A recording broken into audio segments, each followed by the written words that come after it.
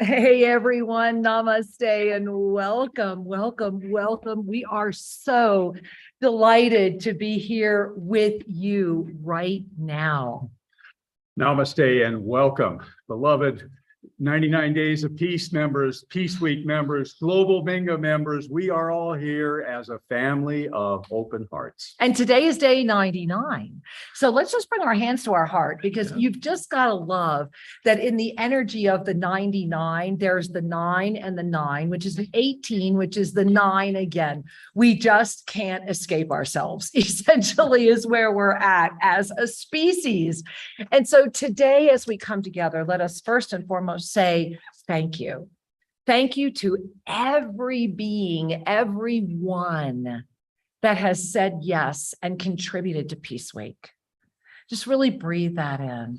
And Shri and I are here right now in our beautiful yoga studio, and we really felt that this was such a perfect place to come together today in this moment where the wheel of the 7 core needs, we've been dancing and weaving all week long, where we have consecrated the pyramid of peace. The first of 12 is now a reality in this potentiality. Yes. I mean, it's really such a huge thing that it's almost incomprehensible. It's here. And so as we come together over the next few hours, we are going to explore why we're here. How did we arrive here? How did we get here? Right? How is humanity in this moment right now? What is the yoga of self-ascension? What is consciousness evolving through in this moment? And we might challenge you. We might invite you to just take a moment and expand. You might give us a question, and we hope you do, because this is meant to be your time to sit with Shri and I, to go deep, to ask those questions, to be here with us now. And so as we come together, we're also going to be doing live a beautiful Egyptian healing rod spiral, because the energy of that ancient wisdom right now is really part of what's weaving. And we're also going to be talking about the ancient, incredible wisdom of the labyrinths. And we have a very special guest, Midge Woods, with us here. She'll be here around 4:30, around an hour and a half in, to really weave that power. And then Shri and I will come back, and who knows, maybe there'll be an ensoulment, maybe there'll be a community gathering, maybe there'll be a sharing. What we know is that the evolution of this moment is about the interweaving of the emergent with the known, of inviting everything to come forward from outside the mind that would seek to control, and to invite the all that is present to be. Powerful indeed. Let's breathe that one in just for 1 minute. Can we do that? Yeah. All that is present to be. There we are. Yeah. As we breathe together, consider for a moment that timeless recognition that there is only the now. Yet most of us live preoccupied with something else other than now. And you had a beautiful phrase that we are in a place of combining the emergent with the known. And so I wanted to invite us to recognize that reality, life, is constantly emerging. Creation is. And it is the power of human consciousness that projects upon that creation repetitive stuff. Yes. And so we get to dance with what was known versus what is about to be known. We get to dance with being present to our lives or seeking to take the past and project it onto the future. I remember years ago in college, I read a wonderful book by, I believe it was Marshall McLuhan, and he basically spoke to how humanity is like you're a driver in a car, except we're not looking out the windshield, we're looking in the rearview mirror. And we're constantly looking in the rearview mirror as we're trying to navigate the road ahead. And it just does not serve the evolutionary process. So here's the other thing that does not serve, is Kira Ross sitting in a chair. All right, up we go. So we're going to have to change our cameras. Forgive me, guys. And there's just so much energy. Go ahead and turn that one around. This, Let's give it a look. I'm kind of tall. I could duck. But in this moment, it's that ascended Kundalini energy. Okay, let's Bring that over a little bit. Let's maybe come over here because we're really backlit. Yep. Come over this side. Stop. About there. There we are. And turn to. You're getting a view of the yoga studio. Almost. Here, let me, that's kind of hard to do when you have no idea what you're looking at. So as we say often, don't you love live? And thank you all for that moment. Needs to go back up a midge, honey. Actually, that just went crooked. A little more. Stop. That I think is there. And one of the reasons that, yes, nope. Need to point it down and midget. Excuse me. Live TV.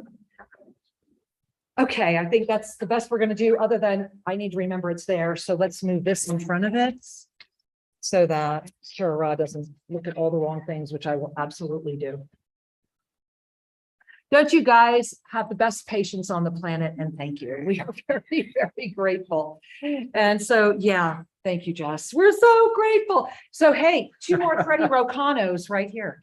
So just wanted to share that with you. This is, of course, our beautiful Saraswati and our beautiful Shiva dancing on the sands of creation in that Nitaraj dance. It's They very look much like paintings, but they're actually wall art. yes, they are wall art. And that's, of course, the Shiva Shakti of creation. And this podium was made for us by another woodworker who does all of our inside wood. And his name is Edgar. And same as everything else, we just said what we wanted, but he brought it looking like this. We didn't ask for all this art. That was him. And that's the gift of the emergent known. It's that moment where you let go. It's that moment of saying, Edgar, yes, please make this podium, and then letting it go into the emergent process and trusting that vision. Here in the yoga studio, all of you here right now, look at this beautiful pole. You see that right there? You see that beautiful rainbow serpent? We didn't ask Freddie to paint that. We had no idea that was going to be there. And we'll show that to all of you in a minute. We'll turn it around and show you that on the camera, because this is that moment. It's the moment where the yoga of self-ascension is stepping forward and inviting the all to say yes to the infinite presence embodied into this form and this potentiality right now, as the carrier of the seeds of the sea of neutrality, to go beyond the potentiality that the linear mind is holding the all to, and to allow yourself the freedom and the permission to be you in a way you've never done before. Because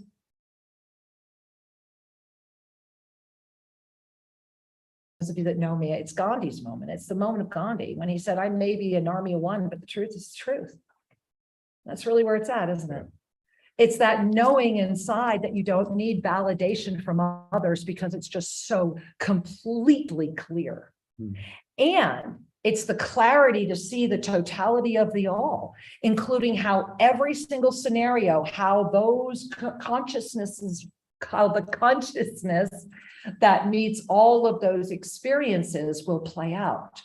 This is the experience of this moment of potentiality, is the ability to stand in the center of the storm, knowing it is never personal, and remembering to forgive them because they honestly know not what they do. All are only open to the level of consciousness they are willing and able to embody.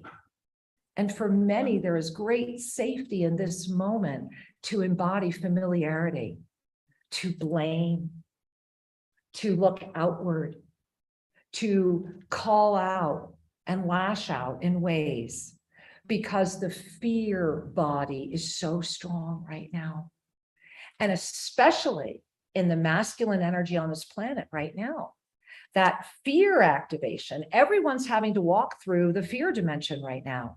In between the third and the fourth dimension, and the reason the fourth dimension is so robust is because in between those two, this body of potentiality has actually created a river of fear. And it's a fascinating experience.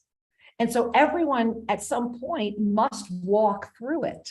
However, the sphere is bound in the fourth dimensional experience of potentiality, of polarity, and it's in heaven. It's like it's at a buffet going, oh my God, and it never closes, right? It is the biggest buffet ever, which is why the fear dimension has called forward this whole new experience of spiritualized arrogance. And wow, is it amazing to witness. Spiritualized arrogance is, of course, the natural outcome of activism.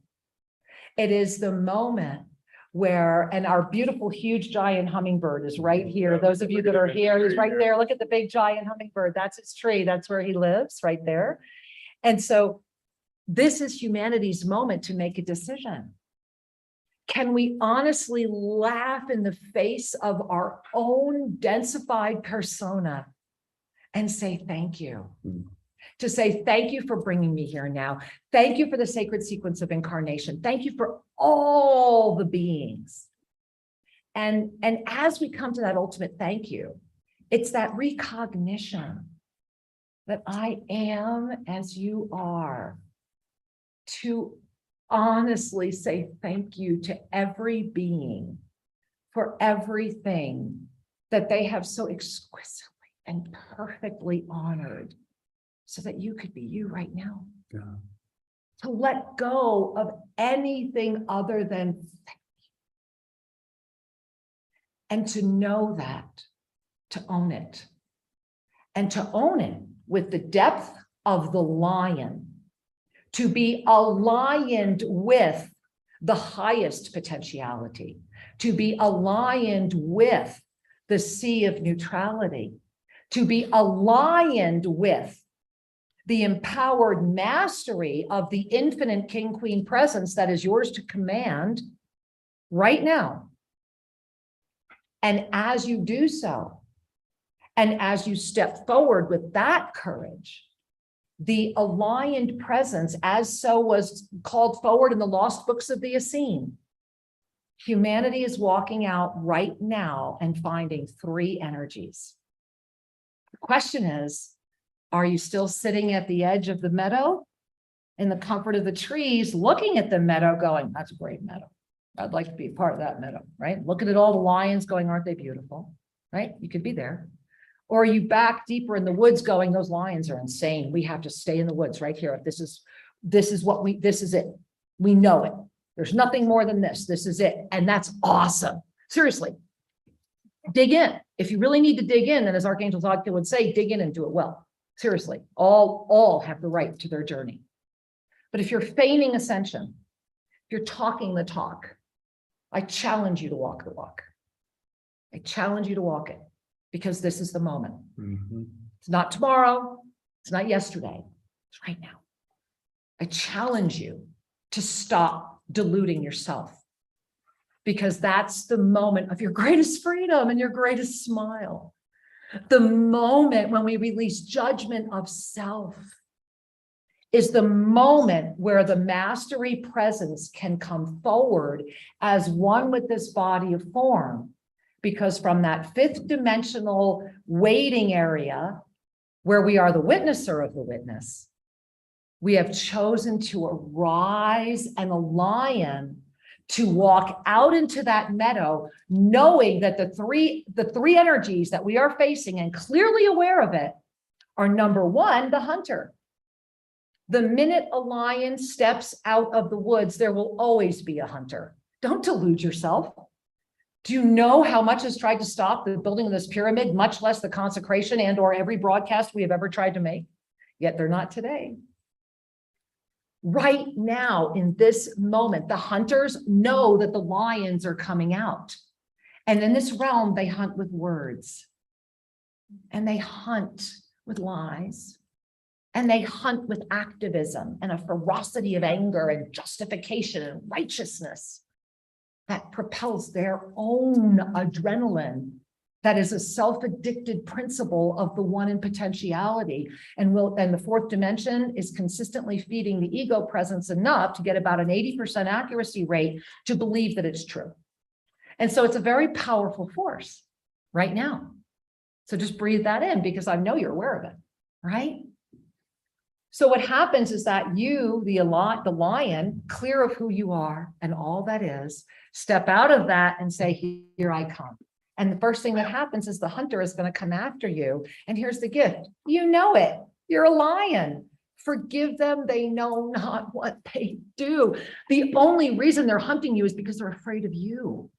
Because when you stand up in your power, they need to look at themselves. Because you become the presence. You walk into a room and people just know. Shri and I literally clear rooms. But the key is that you are the waking, walking presence of truth. And when you say yes to that, and it takes a lion's heart and the commitment of a lion and the knowing of the benevolent queen who serves only those without any sense of self. In that moment, right there, the lion cannot be harmed by the hunter because the lion knows what the hunter is doing and why. So perhaps in that moment, the lion just continues walking. And then, in addition to the hunter, there's two more energies. If you've read lesson 5 of the Lost Books of the Essene, shrinkara.com, this is all in there. The second one, right? So the first one is the hunter, right? The second one is the one that's saying, where have you been? Right? It's you walk out in the middle of the field and there are people, beings, places, experiences, things you've never dreamed of.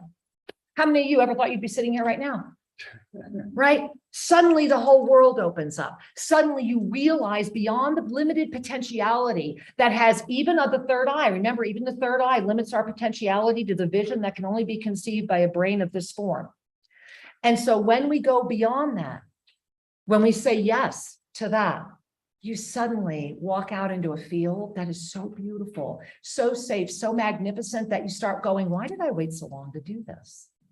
It's one of those, had I known how magnificent this is as I am, why did I stop doing this? Why didn't I just run to it day one, right? It's that's that eternal smile. And so just really breathe that in for a moment, right? You're walking out. This is that moment. I'm going to save the third one because what is important in this moment of our alignment in this incredible equinox, in this week of peace on day 99, the 9 and the 9 as the 1 plus the infinite plus the 9 again. The world needs to really celebrate that the greatest miracle that happened during Peace Week was this pyramid. I'm sorry. Tell me why something else would have been a greater miracle. Because what this pyramid is doing for all of humanity is already happening. And so I want to defer to you, my love, because in this moment, in this day of anchoring our wisdom, of anchoring all that I am, let us first say thank you to each other. Thank you for being on this planet. Thank you for saying yes. Thank you for not giving up. I know so many of you didn't need to be here right now. Many of us, more than once during this lifetime, have wondered why we're still here. You're here because of right now. And I really understand. And Shri, we get it. And we are right here saying thank you. Yeah. Thank you for not giving up. Thank you for allowing yourself to trust you. Because the ultimate truth detector is your heart. And it is your sense of knowing. However, for that truth detector to be accurate, you must first trust yourself. That's right. You know, and beloved ones, before we talk more about the pyramid, I want to come right back to that trust yourself. It is essential that we anchor our ascended heart. This is not the heart of emotion. This is the heart of unconditional acceptance. True love has a foundation of peace and acceptance. That's the unconditionality. And then we have the individual dance of our flavors of expression. And so the ascended heart right here, let's take a moment together as a community to breathe in and out of our heart centers. Go ahead and start that. So, to expand the chest, to fan the flame right behind the heart center through each breath. Then we invite you to bring additional consciousness and intention to your breath through Ave Sa, Thinking Ave on the inhale, I recognize the divine energy. And Sa on the exhale, all resistance melts away. Ave, Sa. 3 more times in your own pace. Ave. Remember to smile. Ave.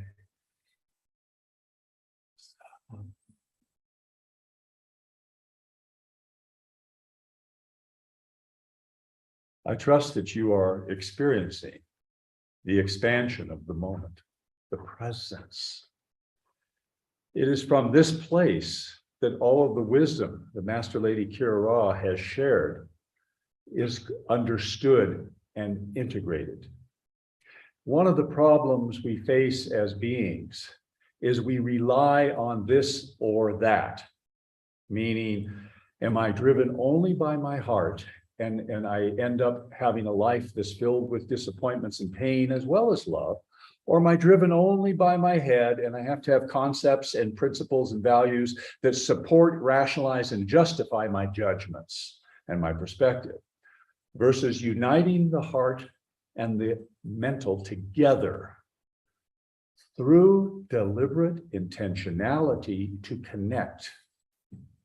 When we find ourselves engaging another being or engaging a teaching strictly through the mind, we need to take that breath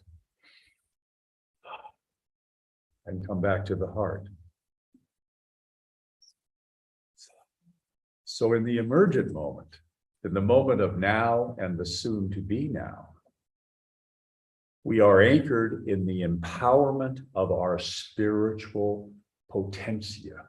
The potentiality of that which we are comes from our higher self in anchors at the heart. So we greet our higher wisdom by opening our hearts and lifting up. The path of self-ascension is an upward lift. And so the basics are right here. Every great faith, every great teaching on this planet has always said, get to the heart.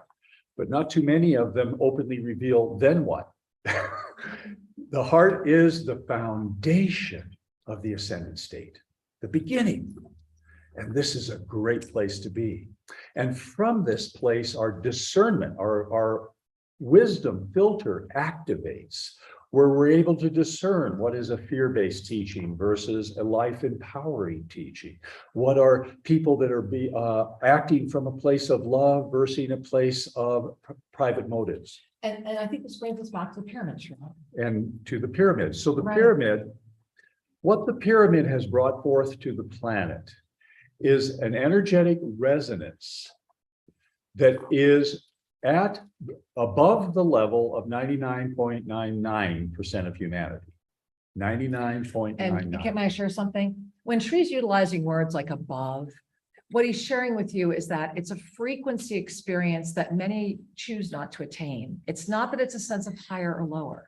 It's simply a frequency experience that does demand some practice and intentionality in this field of experience. Yeah, there's no hierarchy here. What there is a resonance. Exactly. And that frequency and that resonance is one of enlightenment. It's one of the names. Out beyond all notions of right doing and wrong doing, there is a field. And that pyramid is in the field. I think that pyramid is the field. I honestly think the pyramid is the field. And here's why I think the pyramid is the field. And you guys are going to agree with me, right? What happened on the 22nd, maybe we should show these people. What happened on the 22nd was literally that field. Yes. Because we brought together people that, I kid you not, normally hate each other and have been known publicly to have some very interesting press written about the fights they have had. And they were all here on the 22nd because each one of them met privately with Shree and I, and we looked each one of them in the eye and we talked to them about the power and importance of reunification. And they all agreed that unifying around humanity and unifying around our planet was more important than their individual differences. Yes. And while they might have woken up yesterday hating each other again, for that one night, they actually enjoyed each other, danced with each other, honored each other's languages and prayers, sang together, partied together, and remembered each other as people. So really breathe that in. Imagine if what we did at that pyramid, we do at 11 other pyramids around the world, calling together the tribes of every other place. Imagine one in Israel. Imagine one in Africa. Imagine one in Europe. Imagine where. Help us. All around the world. Australia. Help us. Japan. Korea. Imagine what happens when a pyramid of peace goes up. Outside of all judgment, outside of all activism, we are simply holding a frequency. Just a frequency that says, I am here as the sea of neutrality. And when we lift out of the judgment, we stand in our seventh dimensional presence, witnessing the witnesser of the fifth dimension that is gazing with the witness of the third dimension.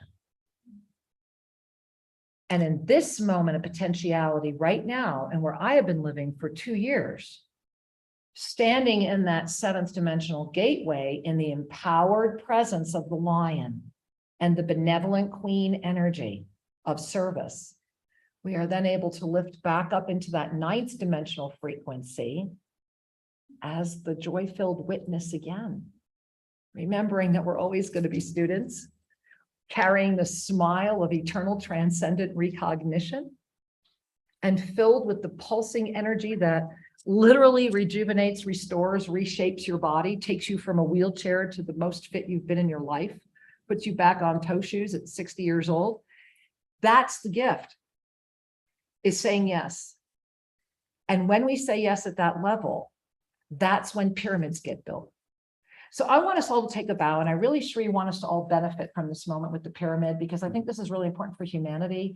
So I want you all right now, help me celebrate this incredible man who built our first pyramid. And I know there's some of you that were there. Our very first pyramid back at TOSA Ranch in New Mexico that attracted so much UFO activity that UFO hunters kept coming out, and we kept getting filmed, and We had the black all the other helicopters. things, and right, you know, and we're outside of our, hey, so, you know, you guys know that story, right?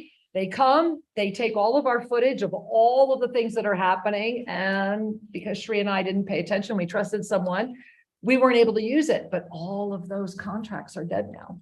And so all of that footage is available again.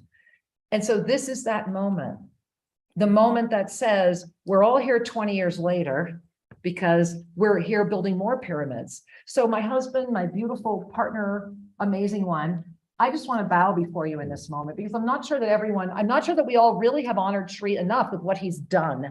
Remember that we have been studying Egyptian experiences for 20 years together. We have been to Egypt before. We have been through all this work. We have worked through all of Zechariah Sitchin and Vogel and had the blessing to know a lot of incredible people. And we are going back to Egypt because what Shri discovered in the pyramids is what we just built and hasn't been built before. This pyramid is actually carved. I won't tell you which tomb, but we're going there. My tattoos are activators.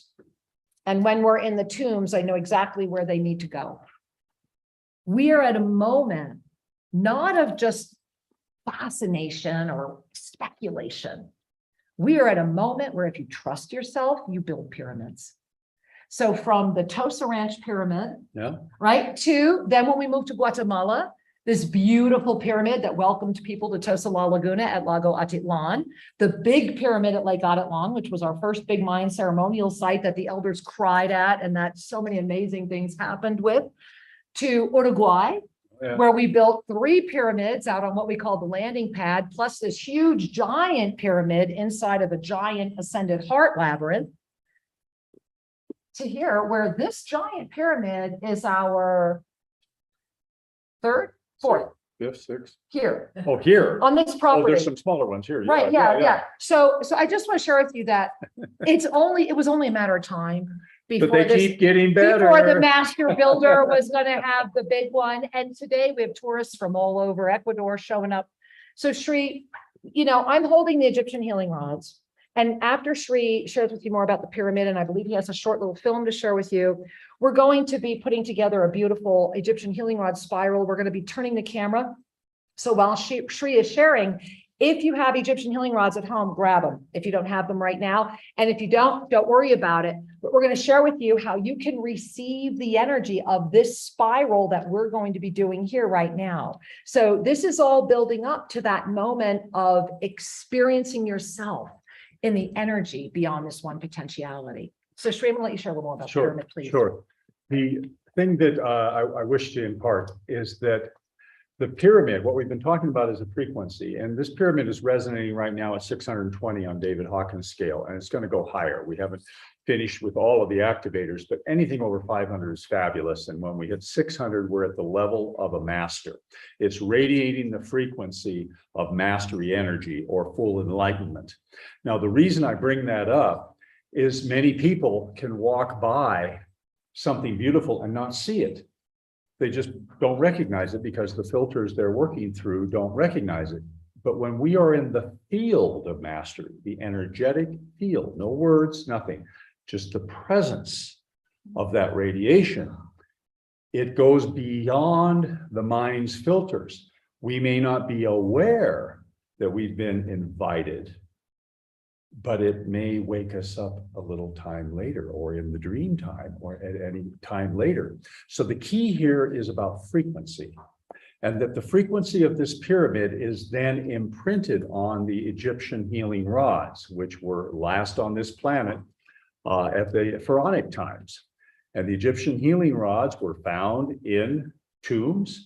They are shown in hundreds, if not thousands, of wall carvings in the Egyptian records. I want to jump in that they were found in the Cheops. Cheops, and so they're we're in the going there. Metropolitan Museum as well. And so we're going to be going there as well. Yes. So the reason, and this is just a little science plus metaphysical teaching, the reason these are so effective is that the crystalline filling and the metal itself is conditioned inside the pyramid.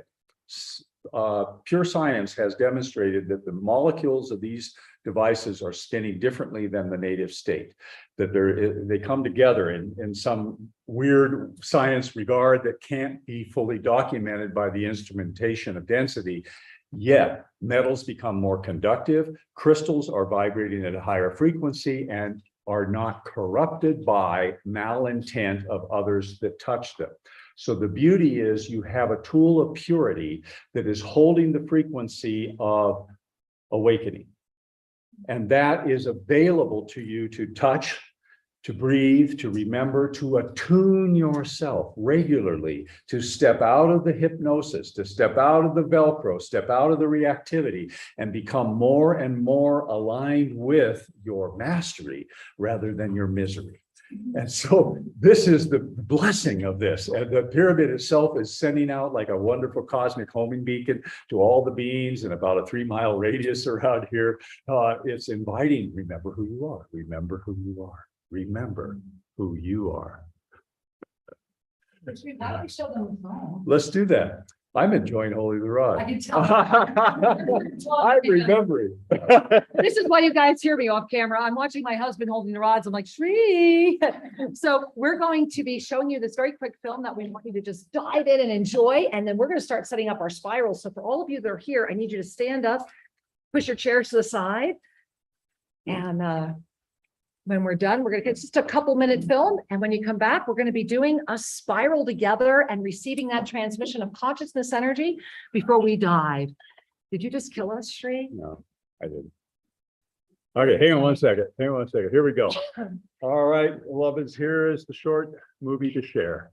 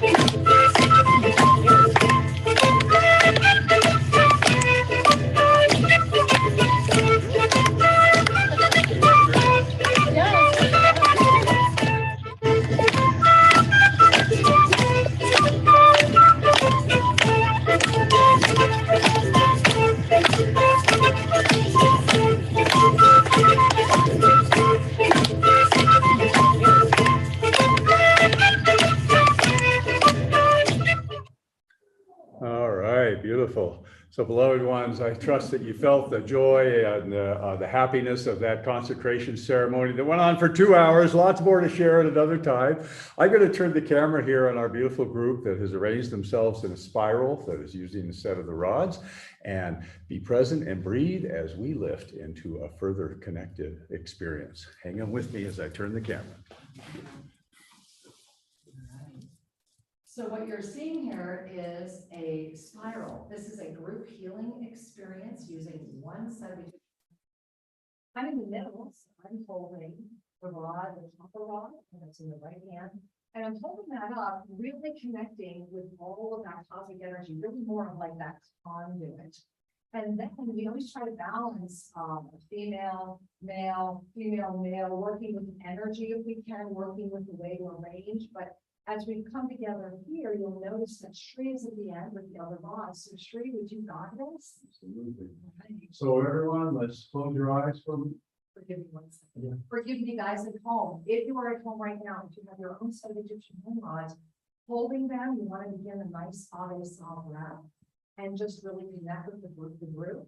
Those of you that may not have your own set of rods right now, just open up your hands and really receive this energy, for sending this energy through you, with you, through you. So just offer yourself these next few minutes as Shri guides the group to give yourself the gift of honestly receiving this energy. Ready, sweetheart? So, beloved ones, we're all hand in hand. I invite you to close your eyes and take a deep, clearing breath. And allow yourself to be an open conduit of the energy. No resistance. Continue to breathe. Open, open, open. Feel the tingle. Feel the movement. And now we're going to breathe deeply, 3 deep breaths, and we're going to lift right off this planet. Big breath in. Stop. Big breath in. Stop. Big breath in. Stop. We're lifting up into the stars. And in a moment, I'm asking you to take a breath in and release it with tone. Be the hollow reed, be the vessel of receptivity as we float in the cosmos. Big breath in, let it out with sound.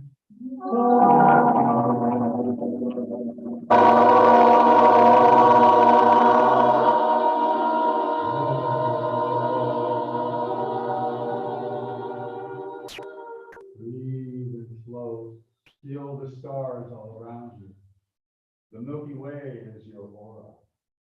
The stars are your brethren. We are free.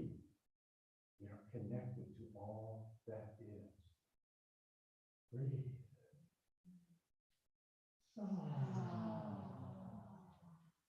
Receive. Receive. Feel your aura expanding, touching the. We are a spiral galaxy traveling together. Oh. Allow that beautiful energy to circulate through the body and form. All around you, filling your aura, filling your body, restoring you, revitalizing you. I am resurrection. I am light. I am love. And all is well. And as you're ready, with soft eyes, you open your eyes, bringing with you the connection that has been opened, the flow that is part of your beingness. And let a smile come to your face. And may a group hug begin. As I think you saw me. turn to your neighbor. I'm just feeling like a big old group hug. It's all that's We're good. squishing.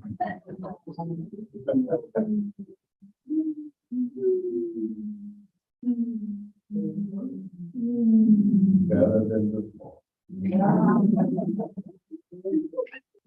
How are you, Nicole? We feel you. We feel you. Let's all say hi to everybody. So as we're all here right now, there's the camera, guys. How are you feeling? What are you noticing? Anyone like to share? Exhilaration. Connection. Floating, wait. And brave with. I am like.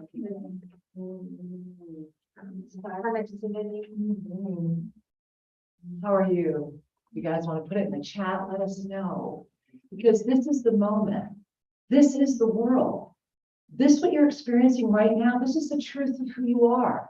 You might be wondering, well, how do I know that? How did we get here? Well, that's where Sri and I are going to take you next.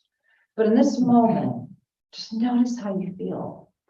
Because this is how we're meant to be. This is how we're meant to live. This is who we are. We are that which we have been waiting for. And everything in your life prior to this moment was literally seeds that you sprinkled into this field of potentiality, so that when all that you are as I am arrived here in this moment right now, you would know. How many of you don't even recognize yourselves? How many of you look back and go, who was that person? How many of you look over your life and go, wow, yeah, I get it? Because the mastery presence is inviting the you to relax and allow that is as I am to guide. We have some wonderful sharings. Okay, let's hear sharing. All right. So Here's the other ball. You're feeling out of balance. Here we go. There we go. Yeah. Go ahead. So Julianne shares, oh, so much light. And Kathy says, I feel all of our energies intermingling, to which is followed with a yes, yes, yes from Astaria. Yes, yes, yes. And Jim writes, we are wonderful, emoji land. And Sadell shares, beautiful love, sweet scent of all. And Kyla writes, everyone is so amazingly beautiful and radiating pure joy and light. And Mona shares, joy-filled communion. A big smile from every cell in my body, followed by a simple declaration, truth. There it is. Yes, there it is. So thank you, beloveds, for participating and sharing. We appreciate it very much. And we are so grateful. And would anyone here like to share anything else before we move forward? I would, absolutely. Please. A couple of years ago, I saw in a vision the evasive symbol in pure gold, and it was radiating in front of me, and it started expanding like when you drop a pebble in water and the ripples go out. And I saw the evasive symbol going out into the land, and I didn't know at the time when that was going to happen. It's happening now. It's happening with the evasive clinics. It's happening now with the pyramid, and the heartbeat of evasive is here. And thank you. Thank you. Thank you for sharing. Thank you. Thank you for sharing. We're so grateful. Thank you. Would anyone else like to share? Yes, Dia, please, right to the camera. Was our Milky Way. It's my first experience. I really was the galactic. The galactic. Yes, I am. I am. Yes. Oh, I love this. Thank you. Thank you. Celebration. Anyone else like to celebrate? All right. I think what's happening is we're all just in this blissed out moment. So we're going to turn that camera around. I'm going to go join Sri where he's standing. All right, here we come right around. There's the view at the door. Yeah, here, I'll go back. Let's take a look at that. I don't want to go too fast. Enjoy. Here's the Andean Valley that's right out our window. And can they see the lawn? Let's see. Not quite, not quite. But imagine doing yoga, right? Is that crazy? It's a flyby, right? Is that so? Oh, no, you're not. I'm tracking with you. Please get comfortable. Whatever makes you comfortable, please do. And for any of you that may want over chair, we have plenty of space. All right. Woo. Wow. Well, was that amazing or what? So, we said, okay, let's take a minute and let's talk about pure joy, right? So as we're breathing and as we're floating, and I know we're all floating, it's really beautiful to see everybody's smiles in here. We want to take you on a journey. So the first thing is, can you show them, do we have the alchemy of You self-ascension? bet. All right, so we're in a moment where the relaxation of the all that I am, Kira's gonna need glasses for this one, guys. So for the relaxation of the all that I am into the I am here now is to be able to notice the alchemy that's at work. So this is the model of the yoga of self-ascension. Is it big enough? Can we make it bigger? Okay. So this is the model of the yoga of self-ascension. Now, here's what's important to remember. When Archangel Zadkiel first shared this with us, and I brought all of our books, right? Because, you know, we have 5 bestsellers. So here's all of our books. And I'm going to talk about some of this later because 2 of these books are being redone right now because of this. When you gaze at the model of self-ascension, it talks about the 4 steps of the mastery journey. Well, when Archangel Zadkiel gave us those 4 steps, it was, remember, they are not in any specific order, but it's about to be in union, release judgment, unconditional love, and surrender. And that the one thing Zadkiel said was, you will always constantly be respiraling through this. It's just the level of consciousness that meets it. But while you are carrying a body of form, you will always be moving through it. And so it's just how we move through things. It's things we repeat and look at and notice how we're navigating. And if you look right at the scaled back lighter gray in the back, you'll notice that's the Avesa symbol, right? So that is the cosmic heartbeat, the symbol of Avesa. That was the letter, the energy that Beta Austin gave to the water that came back with the tree of life. So this is the cosmic heartbeat. And then you notice all of the alchemical symbols for creation, all of the energies of that which I am. And in the center is that torus field. When we create and become that absolute 0-point generator, that is the embodied presence of the law of instantaneous manifestation, sustained by peace, love, and joy, as the stabilization of the first 3 chakras of this realm of form, so that the ascended presence may come in to foundationalize the heart as the root center of the ascended state. So breathe that in. And Shri, it looks like we have something in the Q&A. I was going to say, we're happy to answer your questions. Shri, is there anything? Normally Shri says, now let me explain what Kira just said. So hopefully we're good.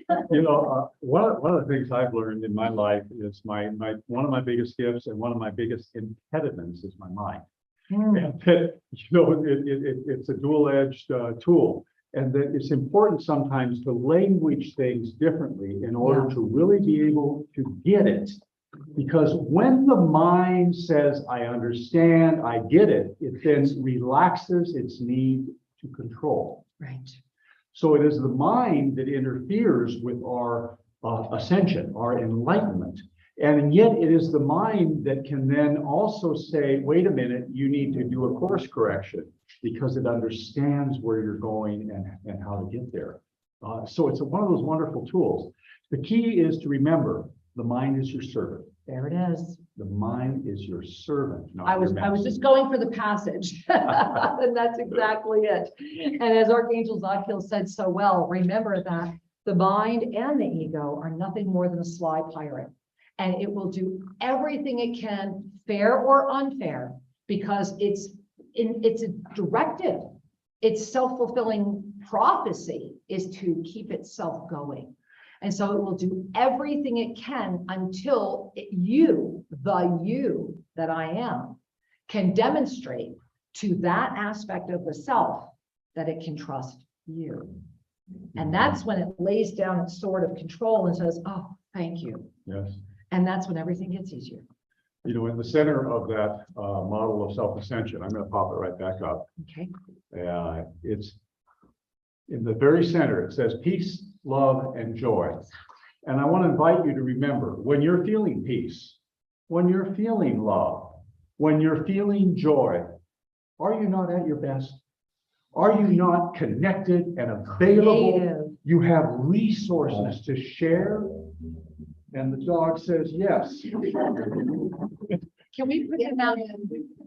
And so I just want to remind us that the gateway is always available to everyone, no matter where you are, what you're doing, is to take the breath into the heart center, to take the breath into the peace, the love, and the joy that is your nature. And from there, we lift into greater capacity, greater empowerment, greater conscious connectivity. Breathe out. So as we do that, let's fast forward, shall we? So let's come together in the knowing that you're here right now, because deep within you, there is an evolutionary experience of consciousness that has been coming forward your entire life. Because I am confident if I gave you a checklist of things that you've probably endured to still be on the planet now, you would probably check them all. Because in this moment right now, we have all agreed that when this moment arose, and it has, another marker would be the pyramid. And we're not going to take this time to tell you what tried to stop these past 99 days, but what we will tell you is it was significant and we're now beyond it. That's a miracle for humanity. Breathing in right now. And it's really something that's important for the mind of this body to try to relax into. Taking a deep center, however, I'm going to do Ave Soft, whatever breath serves you. Smile. That is one breath more than we've ever taken before. Every breath we are breathing in this potentiality is already a miracle. The fact that we are still here is a miracle. When I put out the 2015 through 2021, all of the prophecies of the 7 polarities of free will, every single one of them delivered. It was because 2022 was the wild card year. And we're not done yet. But what's happened is that the need to begin to really unify the world with greater tangibility is coming forward. So I want to take a minute and really help all of us get on the same page by sharing with you how we got here now. So can you open the share so I can see them? Because I didn't rename, so I know the order, forgive me. I don't see them, sweetheart. Keep going. Where's all the rest of my shares, babe? No, they're not. Okay, so I need no, honey, it's the 4 from the calendar, the screenshots that I sent you at the last minute. That's what I need right now. Let me take a peek Yeah, here. they're not here. Okay, then we'll go get them. Okay, so while Shree's going to get them, let's start with 2022. 2022, utilizing the ancient system of the Magi, the original ascended numerology. Yeah, those are the ones I need in that order. Using the original system of ascended numerology, 2022 is the 6 plus the infinite presence. So what that means is that this entire year has been about stabilizing ourselves outside of the field of limitation that binds us to just this one planet. 2022 has been a Merkaba of ascended presence. It's been an opportunity to expand consciousness beyond where we have expanded before. And so in that moment, if we could just get the first one up, it would help me a lot. No. Sure. Yeah, sweetie. We got to go to share screen and grab it. Okay, that's the one I need though. Okay, no sweat. And if you need it bigger, I need to be able to read that and I can't read that. Forgive me, guys. We need a producer. We need somebody come and help, please. So, no, honey bunny, that one. That one. Okay, Yeah. hang on a second. We got And about bigger, 16. please. That's what I was working Yeah. on. We got about 16 slides here. So let me just, there we go. Now Bigger, we're I'm going not gonna be able to read. even bigger. All right. No, I have glasses, sweetheart. I'm actually nearsighted, so glasses don't work for me. Anyway. Okay, now can we share that? Yeah. I'm Okay. just gonna get We it. love what I did it. Just get it. All right, here we are. And now it's too big. A little bit too big. All right. We got to get it sized before we share it with all of you. All right, There we here go. we go. We need a producer. Here we go. Okay, okay, so we're gonna put it up. There it is. Woohoo! We did it. All right, and then I need to move back because I can't read anything because you covered it up. Perfect. But now I can't read the bottom. See? And there we go. All right. So what I was just mentioning, if you're gazing at this, 2022 is the 6 plus the infinite. And what's important to notice here is that if you go right to the middle, 2022 is divine mastery, presence, unification, and ignition. Now, if you own the Ascension calendar, which we put out every year as a fundraiser for the Global Minga Project, this is in your calendar. You got this last December, but it's really important to look at it right now in September, because all of the ancient wisdom is opening up. All of the Egyptian secrets, I pray you are registered to be with us October 1 for the 30 days that we're going to be doing, because this is that moment to follow through what's happening right now. It's not just this moment happened, we let it go. It's like this moment happened, now where are you going next? And so in the middle here, you see that 2022, it is. Really breathe that in. To meditate on it is. And the depth of where that will take you. And the ignition that it will ignite inside of you. Come live here a month and we'll show you. But it is the moment of consciousness. And this is why it is important to really invite the brain to at least consider the potentiality that every breath you're taking is one more than you've ever taken in this experience of potentiality before. We're already a celebration. Question is, how far do we want to take this celebration? And that's why our population is getting so big, because the curiosity level galactically is insane. Sincerely, this is like the place to be. It's like, hey, you got a ticket for that place. And so, right, exactly. And no, check out this potentiality effect. And so we are, it is. I want you to just look at that. It is. To really go deep with that and the acceptance of it is, illuminates we are. It becomes all that I am. Separation dissolves. There can only be one experience.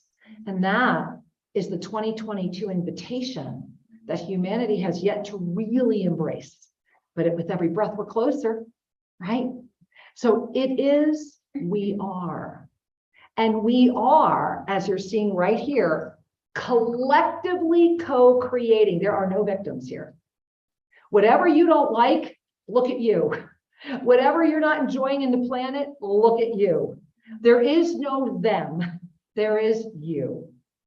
And when you are able to smile at that recognition and begin commanding the law of instantaneous manifestation outside of the limitation, suddenly your miracles are so abundant you don't know what to do with them, because you're no longer spending any of your energy on that which would be less than the co-creation of that which is of the highest service of the all. Imagine how much more energy you have available to stop letting your adrenaline be fueled by searching the internet for everything that wants to distract you. Imagine. If you want to know what it looks like, you're staring at it. My bubble is so little that I've offended people who I guess were really famous, and I'm on the phone with them going, why am I even bothering talking to you? Because I'm really in that bubble, guys. Because it's not about fame. Don't you see that? It's the upside down value. Right now, it's about who can be famous. That's the illusion of the illusion of the illusion of the illusion.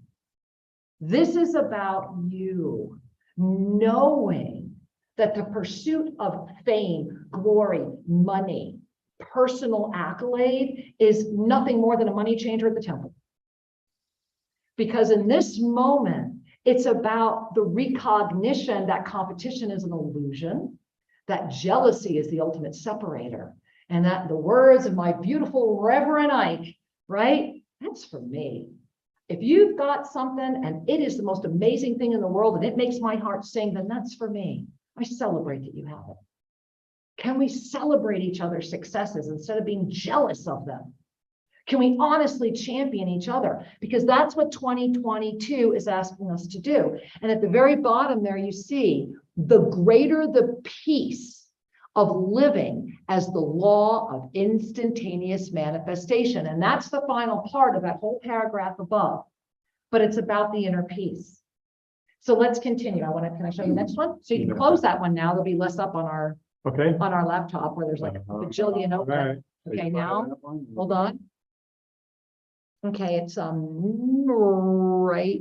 I'm missing one, honey. I'm missing two, actually. Yeah, we only have two of the four. Forgive me, guys. No, we need to go back to the original email. No, go here. That's all right. Just do that one. Okay, that's Okay. open. That one's open. Yeah. Forgive me. That's already open. Yeah, I know. I'm That one. getting into the front of the screen. so Perfect. you And can make see it bigger. There we go. Bear with Sorry, us. guys. Years There we ago, we would edit this out. There we go. All right. So how did we get here? So this is 2019, 2020, and 2021. This is that rapid up-level moment. Remember, I never used to put this stuff out. And in 2019, when I started putting these out, I was as shocked as anybody. It's like, why are you asking me to do this, universe? And so you see that 2019 was the last semblance of linearity, and even that was different. And if you remember 2019, if you have the calendar from that year, go back and look at it again. If you look at 2019, what's important to note here is that 2019 was the divine year of awareness. You see that up top? It was a lotus year. We were coming to the top of the 7 polarities, right? 2015 building the 2021. But in 2019, we were given this moment of expanded up-level consciousness. It was this beautiful grace that came in among all those. And as I'm saying that, our big hummingbird came back. It was this grace that came down onto this density and said, you know what, guys? And here's that grace. If you look at this right here, you see May right there, and that comes down and says into the core, right? Well, that's when the lineage holders were able to ignite again, to remember who they are. That's when we started doing time potentiality jumping. That's when we started teaching you how to remember how to surf the potentialities. And when you see May, and the pink, May to November, you see that? That's when this ascension frequency adjustment energy came in. And I'm bringing you back to all of this because I know I'm doing this really quick and it might be like, oh my God, what are you telling me? But here's the key. Let go of all of that right now. Let go of the questions. Let go of any confusion. Just feel it. Because deep within you, you know this. I'm not telling you anything you don't know. If you can remember 2019, remember it was like a bullet. And it was, you see how that's there? It was like this, boom. It was this arrow, boom, sorry, Shiva, right up in. And then you get to 2020 and all, forgive me, all hell broke loose, right? Look at 2020. So 2020 was the year of the dragonfly. And you see how it was consciousness itself that was creating these 2 pillars. Remember, we had the 2 pillar energies, and then we had the spiral energy. It was a very complex year because from January through August, we were still in that up level. It still felt kind of normal.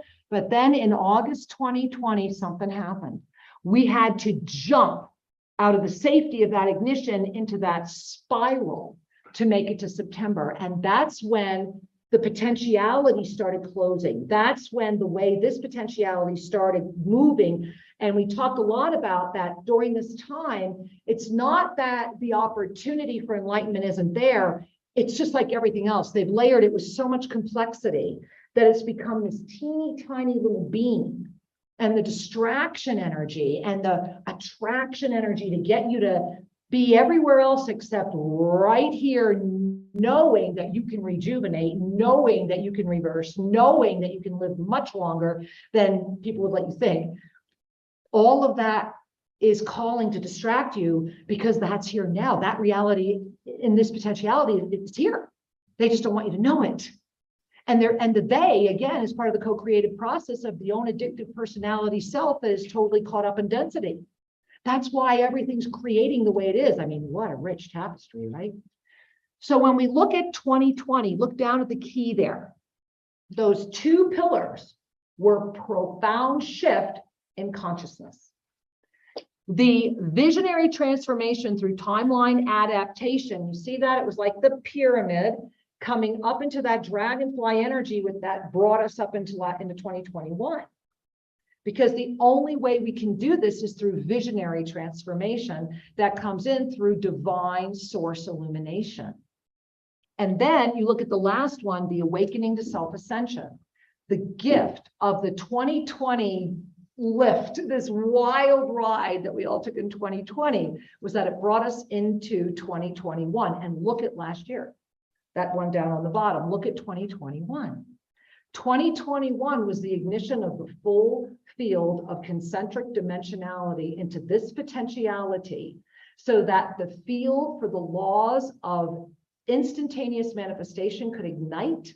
Because remember, the law of attraction is density based on a density brain. Despite all of it, it is kindergarten at a time when doctorate degrees are needed. And so when we look at right here, when we look at, and I wrote it down here, in 2021, we are entering the center of the torus as the unified eye of awakened consciousness. And that's why this was 2021. Because this was the year. This was the year that brought it forward. Everything was weaving. Everything was in front of us. And the 0-point generator that you are was igniting for the greatest miracle transformation ever. So all of that brings us to where we are right now. And let me see if I can help my husband. Where are we? There we are. Okay, share screen. All right, you ready, guys? So this brought us to, not here. Okay, honey bunny, show me the download file, because that one, the one I need now is not here. Okay, take a look. Sorry, guys. Bring me right here. Yeah, I need this right there, that one. That one. If you can open that one. Yeah, make it bigger. There we go. Perfect. A little bigger. Yeah. We're getting there. And now Got it. we'll And share now- it with the world. That one. All right. Sorry, here we go. guys, and thank you for your patience. So here we are. This is, and again, if you have the up level calendar, you already have this. So 2022 energy, as you're staring at this right now, is the flow of creation. And look at it. It's its own field. It is outside linearity. It is outside of everything. I showed you 2019. I showed you 2020. I showed you 2021. What happened last year brought us to, you see the eye energy, and the energy flows for every year. Like in 2019, it was that moving upward arrow, right? In 2020, it was the 2 anchor pillars with the spiral and the up level, rapidly changing. Last year, we finally said, okay, we're adapting into our multidimensional presence, spiral energy, concentric dimensionality, torus field generation ignited this year. Now, I want you to just take a moment and breathe, because I know I need to. 2 things about 2022 are really important as you gaze at this. Number 1 is the open eye. Like it or not, it's all open.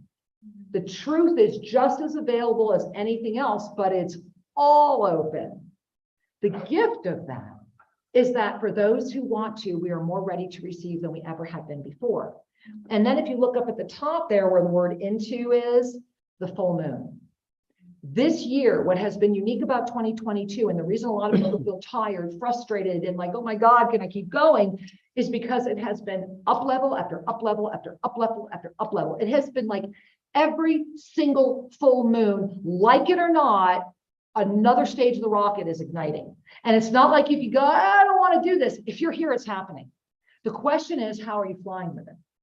So if you look here, and you know, this went out last year before this pyramid was even a thought in our mind. And you notice what it says here, the pyramid within the pyramid. I never. Just saying, right? And if you look at it though, I want you to really see this. The 2022 energy flow is the entrance into the sea of neutrality as conscious creation itself. It is the self-sustaining experience of consciousness through your own illuminated presence. And my condor just flew by. And that is one of the moments that we are in right now. This September moment right now is igniting the June moment in Egypt, because now what's happened is we've gotten to this moment of stabilization. However, there are many, and I'm going to talk about the 2023 prophecies when we come back after our break. But in the prophecies of 2023 that, you know, I checked out of the world for 2 full weeks to call in and bring through a few weeks ago. The one thing about 2023 is that it's very, very much about the eye of the storm. And it's very, very much about mastery presence. And so in this moment right now, what are your eyes open to? Right? What are you willing to see or not? because the conscious creation is yours to command. You are being given right now. We are in the most like, oh my God, pop champagne bottles, like every dream ever coming true. But there's a catch. And the catch is your own steadfast commitment, focused awareness, and complete trust. Steadfast commitment, focused awareness, complete trust. Steadfast commitment, focused awareness, complete trust. And what I can share with you is that I know for a fact it works. Don't ask me about a conspiracy theory. Don't ask me about anything else. I know they exist, but I won't debate them and I won't spend time even talking about it because it doesn't help the conscious co-creation that I know I am here to shepherd. What are you here to shepherd? Because every moment that you allow your conscious ability to be focused in anger, polarity, judgment, activism, and it brings me all the way back, because you're going to think I forgot, to that third thing that meets the lion. And it's the one that stops the lion the most. You know what it is? The ones who run away. Because when you finally say yes to you, your friends are going to change. People are going to lash out at you. They will either blame you or attack you if they are not ready to grow themselves. And the reason they're doing it is because they need to. They were there in your life for that exact moment. Because it's in that moment you will discover your own knowing. Can you love yourself enough in that moment to perhaps gaze someone in the eye and say, thank you. Thank you for loving me enough to share with me your concerns. And may your heart receive that I love myself enough to trust where I am. It's up to you. You don't have to agree, but you also don't have to polarize. You don't have to live with them, but you also don't have to shun them. We are here to resolve that which has called our separation forward. And it is in that resolution that places like TOSA Blue Mountain exist as arcs. I mean, I'm really using that word these days. We are very much an arc between the wildlife that's coming to live here because they know they're safe, and the air that we have, and the energies that's here, and the pyramid and the labyrinths. Where is your ark? Do you have an ark in your home? And I'm talking about that sanctuary where everything is sacred. That place where no matter what, you can be there with you. That place that puts you first, because that is not a sin. The sin is to forget that unless you take care of you, how can you ever truly offer another? Unless you yourself are willing to walk that mile, how can you ask another to do it? To be the benevolent leader, to be the benevolent mentor, to sit on the council at whatever illusion of age this body of form would like to share, is to transcend the need to be right and hold the greater good of happiness. At the end of the day, I would much rather be happy than right. And it is a moment for us all to remember. So I'm inviting you to breathe, because when the eye opened into this potentiality, many dug into the fourth dimensional space, and it's very rampant. So it's a moment, it's an invitation, and I want you to really breathe that in.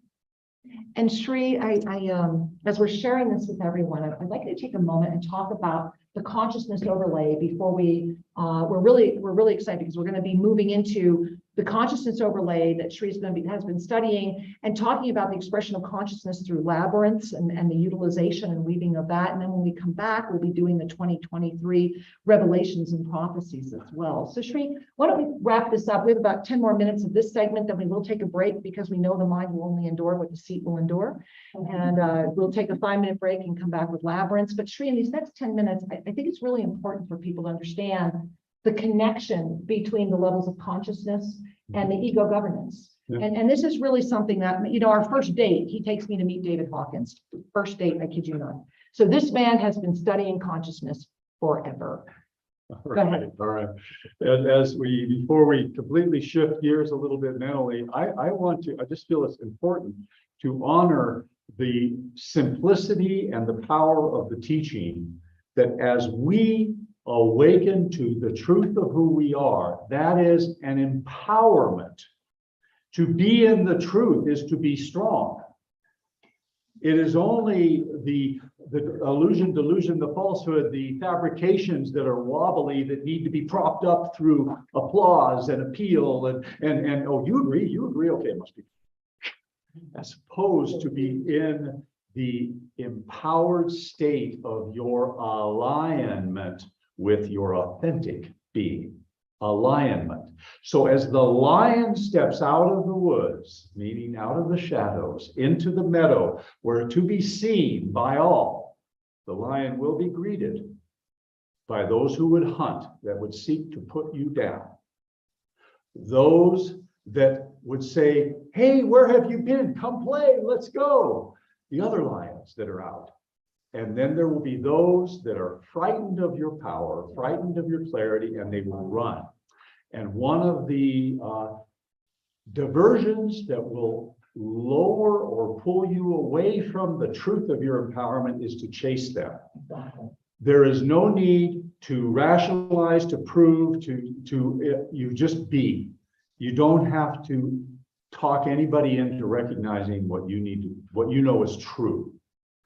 Stand in your truth, let happen what's going to happen, and you will discover that as you stay the course, those who are meant to travel with you will come back or will reinforce, or they too will step out of the woods. Those that you're not meant to work with are just not there anymore. And onward we go. Can I jump in, David? Yeah, You know, there's one thing, because with the consciousness, you know, about that, yes. one of the things that I just want to share is, remember that everyone is playing their part perfectly. Mhm. You know, thank them, love them, because in that moment, it's your mastery. And it doesn't mean you're going to know it in that second. You will always have emotional body. You will always have it. As long as you're carrying the body, it's a question of how you navigate it. It's a question of how quickly you follow through. It's a question of your adaptability and availability to move through. And this is where levels of consciousness really come in. You are only awake to the level of consciousness you choose to carry. Remember that what others think about you is none of your business. And so to be preoccupied about that limits that which you are, as I am. Imagine if you freed all of that out and you really no longer gave that much of your life force to what others think, right? Look, you know, I wish I had pictures from me from maybe about 30 years ago I got them. do you? Yeah, oh, you do have some. And let's just say that I still am suffering from high-heeled feet. I had the helmet. You know, I was a high-power CEO of a very large corporation. I went to bed at night carrying all those employees on my shoulders. I was the only woman in a Texas good old boys club, and lived through being introduced as the skirt more than once, and sustained myself there, and wound up owning the largest agency in the United States ever by a woman when I was recruited by the National Association of Women Business Owners to teach women how to make money and to work with the Colorado Department of Revenue and SCORE, because women, I wrote Women, Wellness, Awakenings in 1993, which put me on Good Morning America. And the key is that in this moment, everything I did then is now just as, if not more important. And that's why you're here now. That's why that's seeded in that potentiality. Everything that you are now, those seeds that were placed back then, every job you ever had, every experience, every success, every perception of failure, can you in this moment right now see that the level of consciousness that you are greeting it with will determine the blessing of it? This is the moment to say thank you with every breath. We just made it one breath longer. Mhm. Every morning I wake up and say thank you. Every morning. So do we have that graphic? Let's show them. Do you have the graphic for the consciousness? Yes. There it is. Let's Yeah, show yeah, them that. absolutely. All right, because we're gonna, We're going to talk about that for a Right. minute and move onward. yeah, So here and we we'll go. go into a break in less than 5, but they need to see. So it's important to understand that we need a language to talk about consciousness and vibration. And one of the brilliant things that David Hawkins brought to the world in his book, Power versus Force, was that discernment. that there are verifiable vibrational levels associated with levels of attainment. And that his scale of 0 to 1,000 was basically a way of saying, okay, these people are vibrating at this place. I'm vibrating at this place. And he does this all by kinesiology. It's all done by kinesiology, blind testing, thousands of people testing to confirm it. And I can assure you that this is science and replicable. Now, for the everyday conversation, I want to invite you to look at the words on the right side of this graphic, because at what he refers to as the lower levels of consciousness. And remember, this isn't about worth or hierarchy. This is a lower frequency, a coarser sound, a coarser frequency. And we have all touched all of this. You know these words because you've experienced them.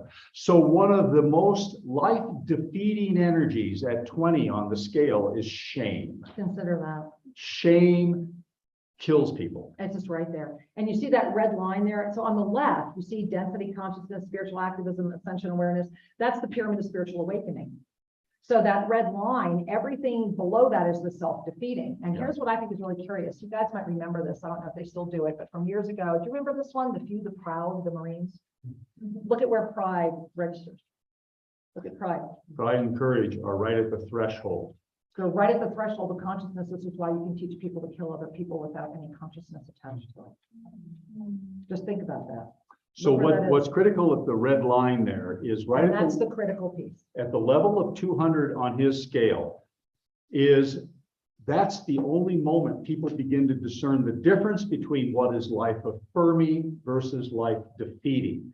If a being's consciousness is enveloped below 200, they're wrapped up in their pride, they're wrapped up in their anger, their desire, their fear, their grief, etc. You see the qualities. And it's life. And they can't tell the difference between truth and falsehood because their only lens and point of reference are those states. So look at the energies that are being rallied to help people not distinguish between truth and falsehood. I believe those, I think we're using anger a lot right now. A lot of anger, a lot of fear. Anger in the co-creation right now, a lot of desire, right? A lot of fear. So it's really, when you see this and you're able to relax into, okay, it's just states of consciousness, then you begin to see the way to call in life affirming energy. So as we take a look at the more refined experiences that are associated with the more awakened consciousness, as you move up into the 300s, what do we find? Optimism and forgiveness. Right. To forgive another being means I love myself enough to know that I'm whole and I can release them. I can move through. That's really life affirming. That is encouraging a new beginning, a new life. Well, and can I jump in, please? Because when we forgive them, they know that what they do. You see that 350 going up to the 400? That's the magic. When you own it, Yes. that's the lift that gets you to the 400, because the understanding, those of you that have done Monday Magic with us, remember, understanding is one of those key words. It's one of those unlock words. What is understanding? It means the left brain has relaxed enough to receive the mastery presence. But you got to get to 400. You have to break free into ascension awareness outside of activism to do it. And the lift is forgiveness. That's the propellant. And so then we can move into a more refined state of being where the qualities of love, gratitude, joy, and peace can actually bloom. Yeah. There's a foundation where they can take root, and then they become our state of consciousness through which we approach our experiences. So there is what's amazing to me, and I've tracked this for the last 20 years in all of our groups. I track people's level of consciousness before they come in and when they go out, and I look at when people are having their moments, because, you know, sometimes in our healing experiences, we have our moments. And those moments could be anger or hurt or despair or grief. And then we process through and we pop. And you can track very, very easily once you practice this, that their level of consciousness is bound up into an egoic experience of poor me. Right? Poor me. And that's the victim energy that is prevalent on the planet. Which will always blame. And then they move through that to a place of neutrality, where their consciousness lifts, and now can they lift beyond the Velcro of the victim triangle, or do they cycle back and have another poor me experience? Now, we've let's all breathe done that in, this. right? So let's really breathe that in. And so the key here is to recognize that everybody is serving their role. And just as when the lion comes out of the woods and is greeted by the three energies, say thank you. Because everybody is playing their role to assist you to wake up. Everyone serves. And that the consciousness on this planet is lifting and groups are simultaneously compressing. Those are experiences that we get to choose. And this is why everything is permitted in the free will zone, because we will have, and we will call to ourselves the experiences we require to pop, to finally go, aha. So, beloveds, we have more experiences to share with you. We do. And, you know, along the line of that to pop, I want you to bring your hands to your heart. Shri and I are, we're gonna go off camera for about 5 minutes. We'll just be putting up a graphic. But when we come back, how do you do this? How do you anchor it? Well, one of the ways you do is by supporting yourself. And we're going to talk about ways you can support yourself. We're going to talk about the power of moving through sacred geometry. And then we're going to really dive deep into what's ahead in 2023 and how consciousness is rising and supporting it. So take a moment, go freshen your beverage, use the restroom. We'll see you in about 5 minutes. All right. All right.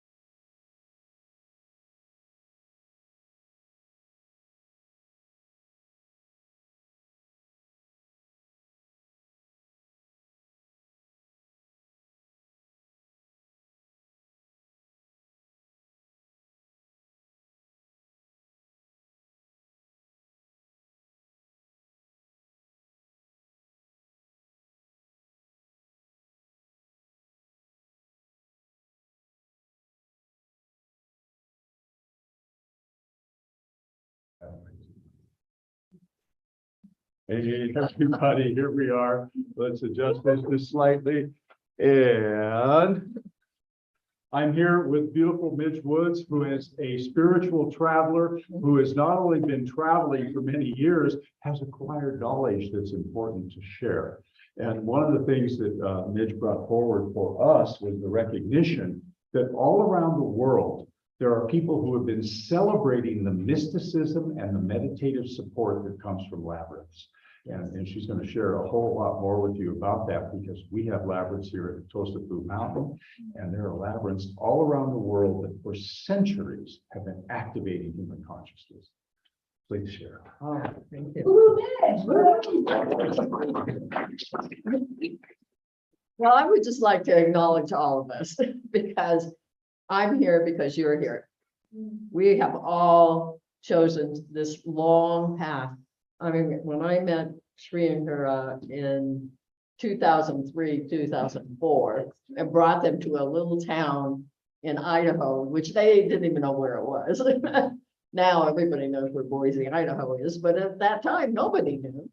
And they came and to my Spirit of Work event center and bookstore, and we did a weekend workshop. And oh my God, here we are 20 something years later. And I came 2 years ago because I walked into Dia's house and they were on the TV. I went, oh, I know who those people are. You know, and it was 20 years. I mean, I had not seen them or anything, and all of a sudden they just appeared. And that's what we're all doing. I have all appeared for each other. And right at this moment, I'm sorry it's taken me so long, but it's taken you as long to get here as well. So that's what we want to acknowledge right at the moment, because that's what labyrinths are all. Labyrinth was an ancient symbol. I mean, they have records of 3,000 years, but I went to China a few years ago, and oh my God, there are 5,000 records of 5,000 years, and there's symbols there of labyrinths and spirals. And they've been doing this for all this time, and all this energy is for us to remember where we came from. And a labyrinth is all about walking a path, a sacred path, and acknowledging that there is a connection coming from the earth up through your feet, up through your joints, up to your heart, to your mind. And that acknowledgement is what is the path, the gateway that we open up every time we walk a labyrinth. Or there's hand labyrinths that you can put your fingers on, and you don't, you know, you can own one in your very own living room. You can sit and walk a labyrinth. So there's many ways to connect to a labyrinth. And the wonderful thing 2 years ago, none of this was here 2 years ago, wasn't it? This has all been created in 2 years. You know, there was no labyrinth, there was no pyramid. I mean, there's a lot of things that were here, and it was the base and structure. But within 2 years, this created itself. I mean, it just like exploded. And that's what a labyrinth will do. As you walk into the center of a labyrinth, a sacred symbol, you will set your intention. That intention is universal. There are over 7,000 labyrinths that are recorded on the local labyrinth locator, which we'll talk about in a minute. But they're all connected. And now we have this incredible technology of the internet that actually connected all of that sacred symbols so that we can find them you know, in your front yard. And many people are creating them to be just like the pyramid. They're bringing them home. But there's many things out there that we want to bring home. And we want to acknowledge that there is some connection. We are totally connected. We forget that we're connected, but we are so totally connected. And that's the memory that we're looking for. So how are you connected? Just like a weaver is weaving these strands, these threads. She pulls it together onto the loom, and the loom brings all of it forward. And every strand is a different color, a different fiber, a different vibration, but they're all meaningful. And if that thread was not there, there'd be a hole. There'd be something missing. But we're all here, like just when we showed up this week. We all showed up because we were all called at the same time, but it took us many paths to get here. And so it's really, it's important. And I mean, that's what they're talking about. That's what Sri and Kira are talking about. It's so important to really acknowledge. And so take that importance of that real inner space and take it to a labyrinth that's located near you. And there's thousands of them. There's a Labyrinth Locator. It's a www.labyrinthlocator.com. And we put the labyrinths that are here in TOSA. When I pulled it up, there was 6 labyrinths in Ecuador. And now there's 9, soon to be 10. As soon as we have another labyrinth on the floor of the pyramid, we'll add that to it. But right at the moment, as you come to Ecuador and come to TOSA, you actually come into this field, this incredible magnetic field that is embraced here. We sit right on the Ecuador, sits right on the equator that actually opens up to a magnetic field, and that we are part of that field. And when we come here, we have a very incredible opportunity to connect to that magnetic field. That's universal, worldwide, all over, that we can actually draw that into it. So when we walk the labyrinth, we set that intention at the very beginning, and we follow the path with no judgment, with no expectation, just knowing that we are connected to universal energy all the way back to the beginning of whenever time, maybe energy, the very beginning of when it all began. We were all there as one light. And that's what we're showing up today. I did a reading on the I Ching. When I went to China, I got involved in the I Ching. And so I did a reading before I came. And I said, why am I coming to TOSA? I knew why I was coming, but why are we all there? And it said we were here to face the dark. And isn't it interesting? We've had all kinds of issues with dark and light, hot and cold, all kinds of things, but we are here to bring the light to the dark. And so that's why we all came. And once that I realized that, I just went, oh, okay, I'm called. I said yes. And that's what we all said was yes. So we showed it up. So the labyrinth is walking a labyrinth is an ancient spiritual act that is being rediscovered during our time. It's been there for thousands and thousands. They've been on the walls and the caves. We have them up on the temples and at TOSA. They've been everywhere. And it's just a reminder, oh yeah, we were there then. We made that then, which was really, imagine who we were at that time and how far we've come. So the labyrinth is an image that holds an experience of wholeness and universal recognition of unity and community. So when you walk to a labyrinth, you actually are part of a bigger part of the world, the world that actually didn't know what the world was, when it was first created. It's whoever created this, we were part of that creation. And here we are now creating it again. As we become more enlightened, as we become more light, we become less dense, and we can acknowledge that, you know, I might have thought something more of myself at that time, knew that we would be connected 3, 4, 5,000 years later, and recognize that we came from that spot and we're all the way here to this spot.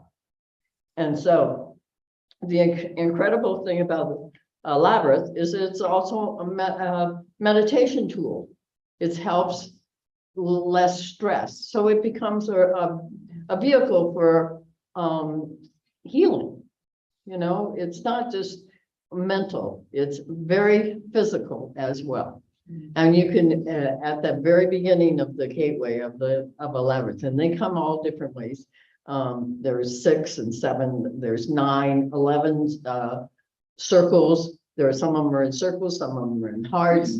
And here in TOSA, we have a great opportunity that 3 of them are here, and they're different patterns, just different ways of accessing the energy. So that, because we're all so different. So the first one is the spiral. Oh, let's show the, okay. So how you enter into TOSA is through this beautiful gateway down below, and you walk up and you walk into the pyramid. And right now the pyramid is just a gateway to the labyrinth. And just to acknowledge your energy, just to gather it up and just realize how powerful you truly are, because that magnetic field is just generated in this incredible temple of peace. And you take that and you move forward north and up these beautiful steps. Are we there? Steps. Okay, there's the steps. And Senior Tegre has carved out of the wood, the fallen branches and trees that have been here. He has made these incredible animals, parrots and owls and turtles, and they are the guardians. They're the ones that are acknowledging you for coming. Thank you, thank you. And it comes from the root of the tree that has not been cut, but has actually been created for this reproduction of creation. So you can see that the animals are just so excited that you showed up, you know. So there's this beautiful entry into the spiral labyrinth. And this is a small labyrinth. It's about 33 feet in diameter, but it's really very powerful. So by walking into this, there it is right there. There's a covering over the top, so you can walk at any time, you know, in rain, shine. And so that makes it really a very accessible labyrinth.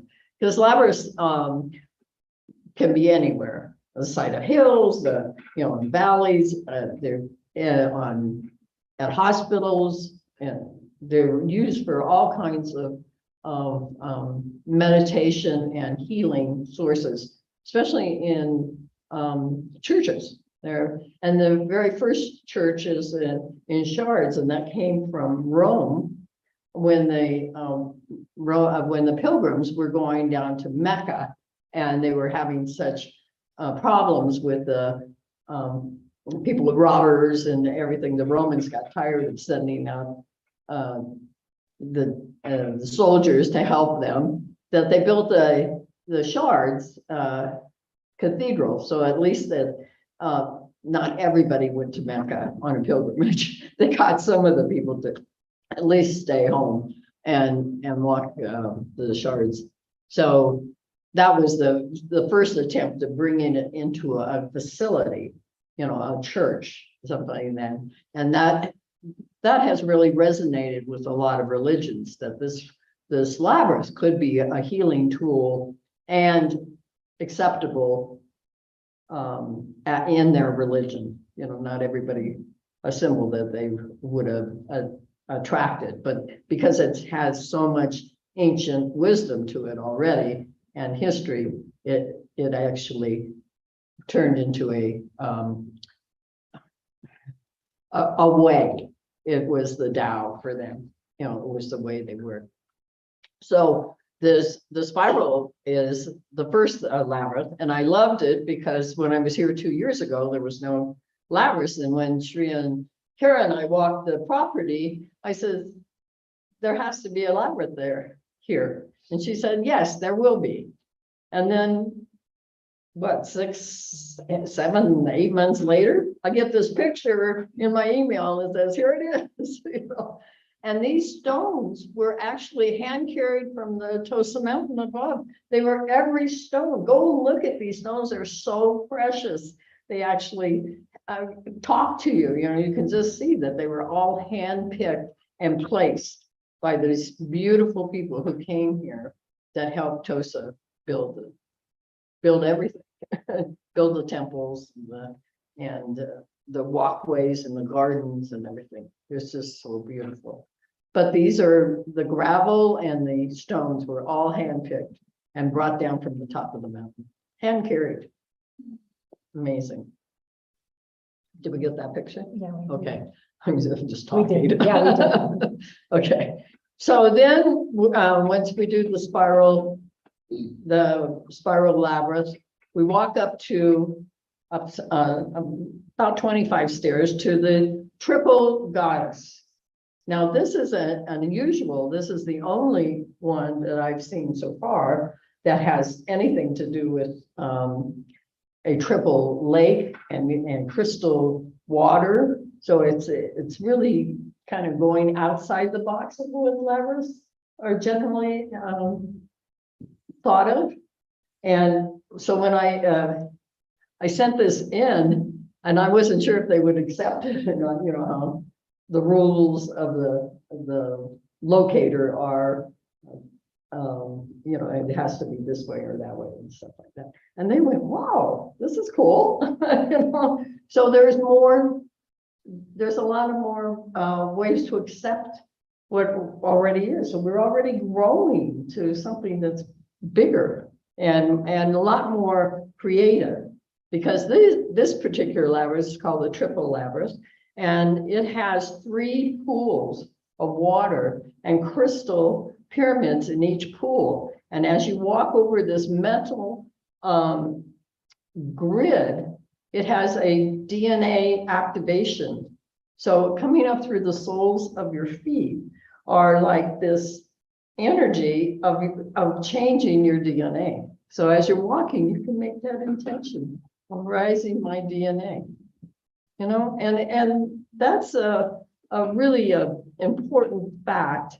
When I was in the 6th grade, we had a science class, and I remember writing a paper on DNA and said, everybody else in this class must have better DNA than I do, because it's a lot easier for these people to get to know what they're doing and what they're writing than it is for me. So I know that if I chose somebody, that my children, if I chose somebody that had a higher DNA consideration than me, I would have children that had a better DNA. So that was in the 6th grade. I had this whole thought of. Well, when I was married at 19, that's exactly what I found. I said, you're it. you got a higher IQ and higher DNA than you, but close. But he had a spiritual, all this stuff. And guess what? I have these incredible children. And I really, that was my intention. The only reason I chose that person was because I would have children that would have a better access to more information.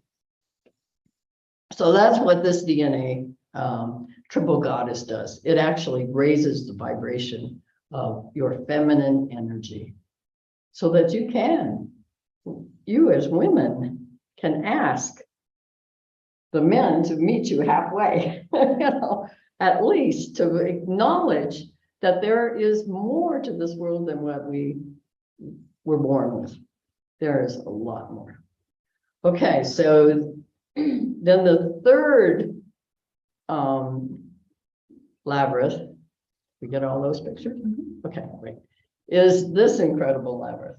This is the infinity, the endless infinity, and it is in a body of water. So to walk this labyrinth, you have to go to this amazing spa that's up in the corner here, and actually float over it. You can float over the top. They have little, plastic things, little wings that you can float on, or paddle, and experience this from another dimension through water. And it's really reminded me of what Dr. Emoto was talking about with his crystal pictures of the water when they were frozen, and by saying the words, that's what it became. So that's what it felt like when I was in the pool, it felt like that. Through the thought, the water got the information, and by following the endless vibration, it actually came up through. Now I encourage you all, and I encourage you all that's out in this world to come to TOSA and really experience this, because it is different to have the experience than it is to see it, But if you only need to see it, do that, because then get a small labyrinth, which we'll have available somehow. All these things are coming, that you can actually create your own labyrinth, just like your little spiritual center with the pyramid. You can create a labyrinth in your own front yard. Maybe you don't want to have grass and water your grass anymore, so build a labyrinth instead. So that's what I am encouraging everyone to do.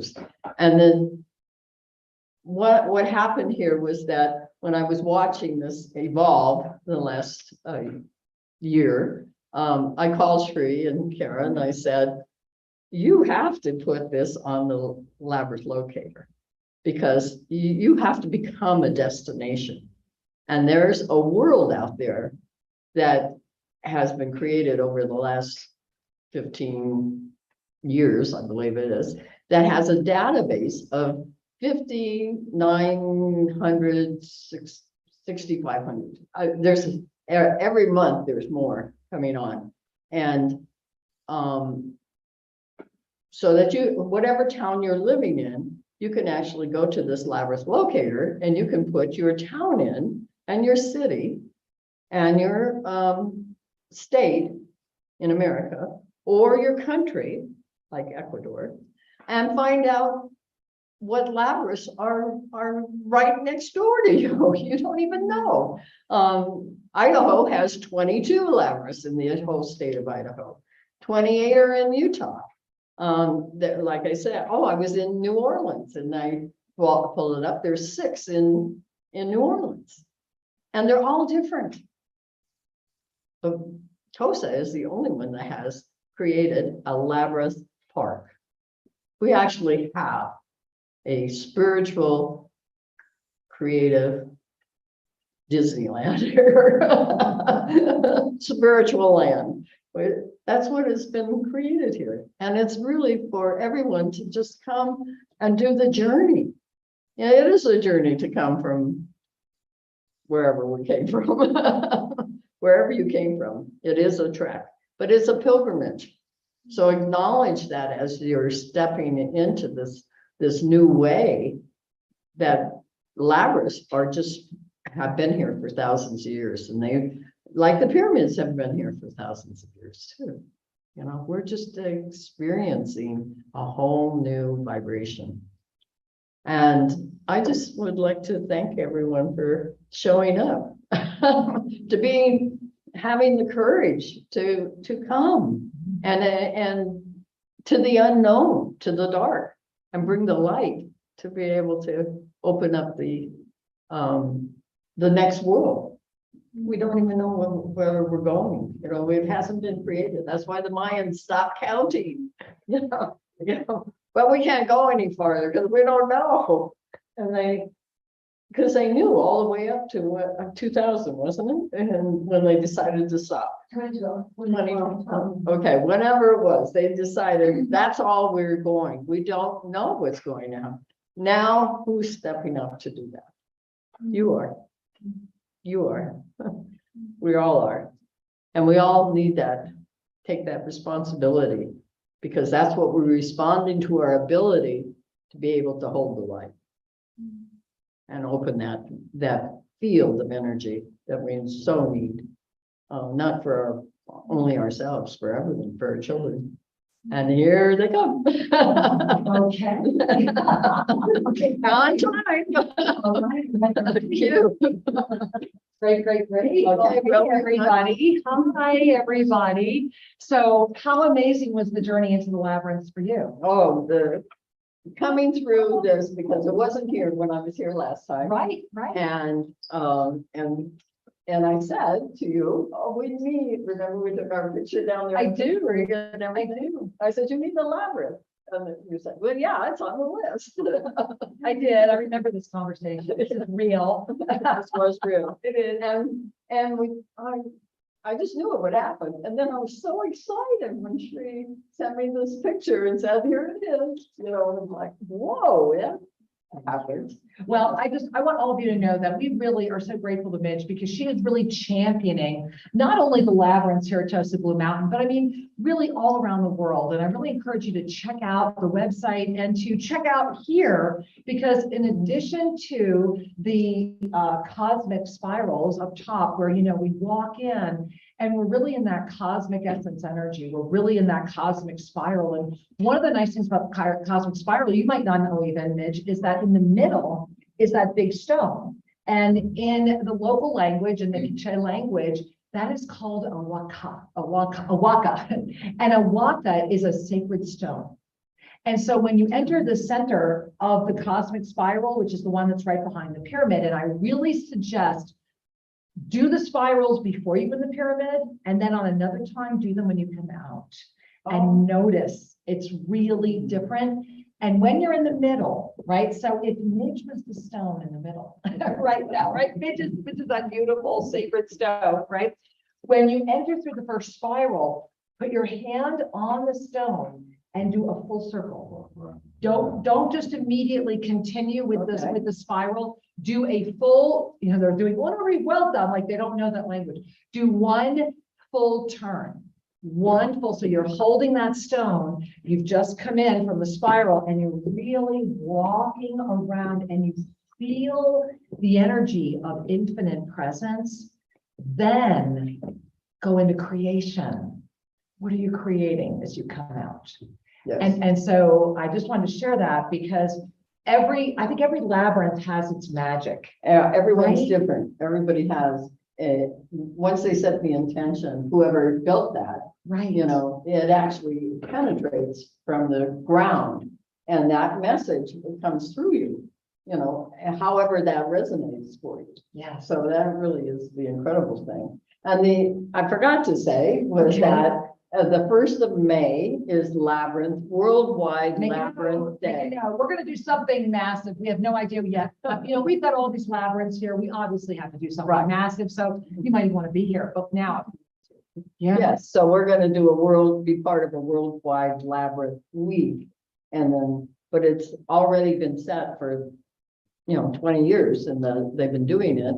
And now we have access to thousands of people that actually have this consciousness that are out there walking labyrinths. We are excited. Yes. So, Well, thank you. We are Thank you so for sharing. grateful. Let's thank Midge. Thank you. If we got the water. so much to help. Thank you, sweetie. Well, I just had to call and say, you need to do this. And it was, yeah, and it really wasn't a can I, it was you need to do this. Let me tell you how we're doing it, but you know I want to do it. I know. And I found your glasses. I found your glasses. All right, there we are. Hi, everybody. And, you know, as we're sitting here watching what's the beginning of our sunset, one of the gifts of TOSA Blue Mountain, and we will turn the camera later and show it to you for sure, is the sunset view of the Compadres Mountains, which is part of why we built this beautiful yoga dance studio here. Because to be here and watch the sunset is so memorable. And so as this beautiful moment, as this day 99 of Peace Week is starting to really come to its beautiful, beautiful moment of thank you, right? As we're breathing in, as the closing ceremonies are starting to begin from all over the world. In this moment, let us just bring our hands to our heart. Here we are. And just say yes to the depth of our divine presence. To just say yes to all the children that have come here to see what you have created. To say yes to fresh air, the gift of animals, the blessing of trees, the abundance of Mother Nature, the bounty of all. And as we're breathing that in, and as we're receiving that, and as now a dove, that is one of our local doves. So first we had, on this exact same point on the tree, first we had the giant hummingbird was here a moment ago. He's on the other side. Right, he's right here, Yeah. right up on the top. And now we just had one of our local doves fly in as we're starting to talk about this. And I don't think it's any accident because while Midge was sharing, and we've all been talking about alchemical transformation. We've all been talking about the yoga of self-ascension and the embodiment of our divine mastery presence. Shri and I have really realized it's one of those like, you know, duh moments that perhaps there's those of you that really don't see what happened to us over the past 3 years. And so we dug up some photos that we want to show you because in this world of potentiality, it's very much about show me. It's very much about this lack of trust. And for 20 years, Shri and I have been with you every step of the way. And there's many of you, we've watched your children grow up. We've married you. We've been there for many of you as we've had beloved community members transition. And so in this moment, what we're inviting you to remember is that we are all rebirthing. And that the divine mastery presence experience is yours to absolutely embody right now. And so, Shri, do you want to share? Would you like to or not? Well, I did grab a couple of photos of Right. you. I didn't get any of myself. What is that about? Interesting. And I could probably do that if you want to talk about yours. for a Oh, my second. goodness. I'm just taking a moment with this. I'm like, I don't know what Freudian yeah, activity. okay. I don't know everyone, sweetheart. I'm good with it. So let me share with you the why. And I love that this beautiful dove, look at it, guys. Is that so beautiful? It's so beautiful. In this moment, I think it's really symbolic. And look at how gorgeous the beginning of this sunset is today. It is a moment where we're able to celebrate with joy, and that this dove of peace is sitting right where the hummingbird, the giant hummingbird was, which is the warrior hummingbird. And as this beautiful, beautiful dove is sitting there, to remember that this is what this week has been about. It's been about peace. It's been about the embodiment of eco-governance. Mhm. It's been about the embodiment of those 7 core values, those 7 core needs. It's been the opportunity to stand unified in a field, in a sacred chalice that says, we are here, we are ready, we are open, guide us, because we have embodied the trust of our divine nature to be the emergent process ahead. That's what Global Minga is. Global Minga is an emergent process that's calling together all these different tribes A visionary board is coming together very quickly for Global Minga. There are other organizations that Global Minga is working with and coming together with. There is the clinics. We are at a moment of modeling everything we've ever talked about, because the time to stop talking is now. The table is so big and it's round and it's beautiful. And for many of us, when we slid into this, and forgive me, but those of you that have been on the journey with Shri and I, those of you lineage holders that have been sliding through timelines with us now for 4 years, as we have right now come right here into this potentiality, the aspect of that which I am is still resolving the physical form of this potentiality. And to witness that experience is why we are showing you these pictures. Because I think you'll see more than that. I'm not sure which one Shri chose. I think Eugene, is it, sir? That's the only one that has me in it. I'll show the one of you first. Okay. Or the two of us, doesn't matter. Whatever you want. So hold on to your breath. This is 2019, India. Yeah, So in 2019, we were very, very blessed to consecrate the Shiva. There we are. So this is the governor of the province of Ujjain, India, welcoming us and our entire group into Ujjain. And we were permitted to consecrate the single one cosmic Shiva that, you know, stepped up out of my violet ray Shiva and is in our temple. And there's a whole story on that. So that's me, that's Shri in that moment. And we were both, I know I was, I think 80 pounds heavier there. And during some of that trip, people had to either carry me or I used a lot of canes because I had a really hard time walking.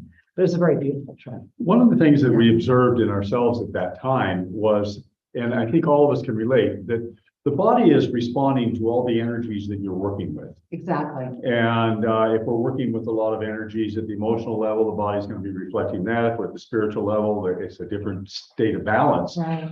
And so the body does what it's called to do. There's no judgment around it.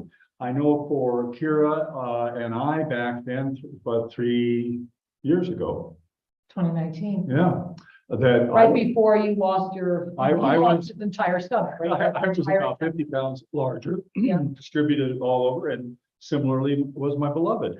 And we accepted that. However, therein was the call to consciousness to not be complicit as much as to be actively cooperating, collaborating, and creating.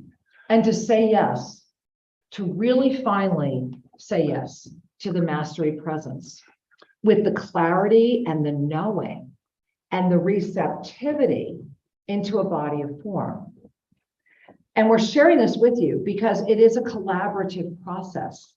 It is a moment of consciousness right now. Many of you wise elders have already given up. Many of you are right where I was. I was 59 years old. I was basically gazing at a wheelchair. We were looking at putting in one of those little elevator things on steps, you know, the little her knees things. were suffering. And I realized that how could I stand in front of anyone and say anything while allowing that to happen? And to really resolve within myself. And you notice the up-level calendar, 2019 was what? It was that year, right? Remember that was that year that was the arrow? Yeah. And so in 2019, it was that moment of realizing, do I really want to look like that? Do I really want that to be? That no matter what, the consciousness is there, but that in that body of form, I would be unable to reach as many as possible. I would be unable to really fulfill the mission of this potentiality and to really resolve that. And to make a conscious decision to serve, having stood in the center, knowing ahead of time the outcomes, watching the potentialities spin, constantly standing in the field of all potentiality and holding the consciousness frequency of this very specific one right now, so that as many as possible will gift themselves with the opportunity to break free of your own limitation and to let yourself know it's okay to stand at the borderlands of sanity and to look at it and to step on the other side because you're ready. And when you do, to know there are many of us standing here. We are at a moment where we have come out of our own self-induced hiding, out of our own caves, because not enough of you have maintained the open eye. Only because it is a moment of extraordinary creation. How wonderful we all are. Yeah. So take a breath. Really? Oh, look who just came in. Now we just have the giant hummingbird and the dove deciding who's going to own their tree. So take a breath, and as you do, and I think we're good with the pictures. My husband keeps wanting to show you more pictures of me. Do we need to see more pictures of me from 2019? One more. Only because it's a segue here. Okay. I'll let you do the segue because I Okay. have no idea. This is at an airport. Isn't this an airport? No, hang on a second. Yeah, So, that's an airport. where did it go? It's gone. Look at that. Boy, it is gone. I know. My goodness. You know what a shame. Okay. All right. Wow. So They saw it for a minute. I'm not sure what happened here. I am. Okay. Let me just offer this, that for all of us, life has its critical moments.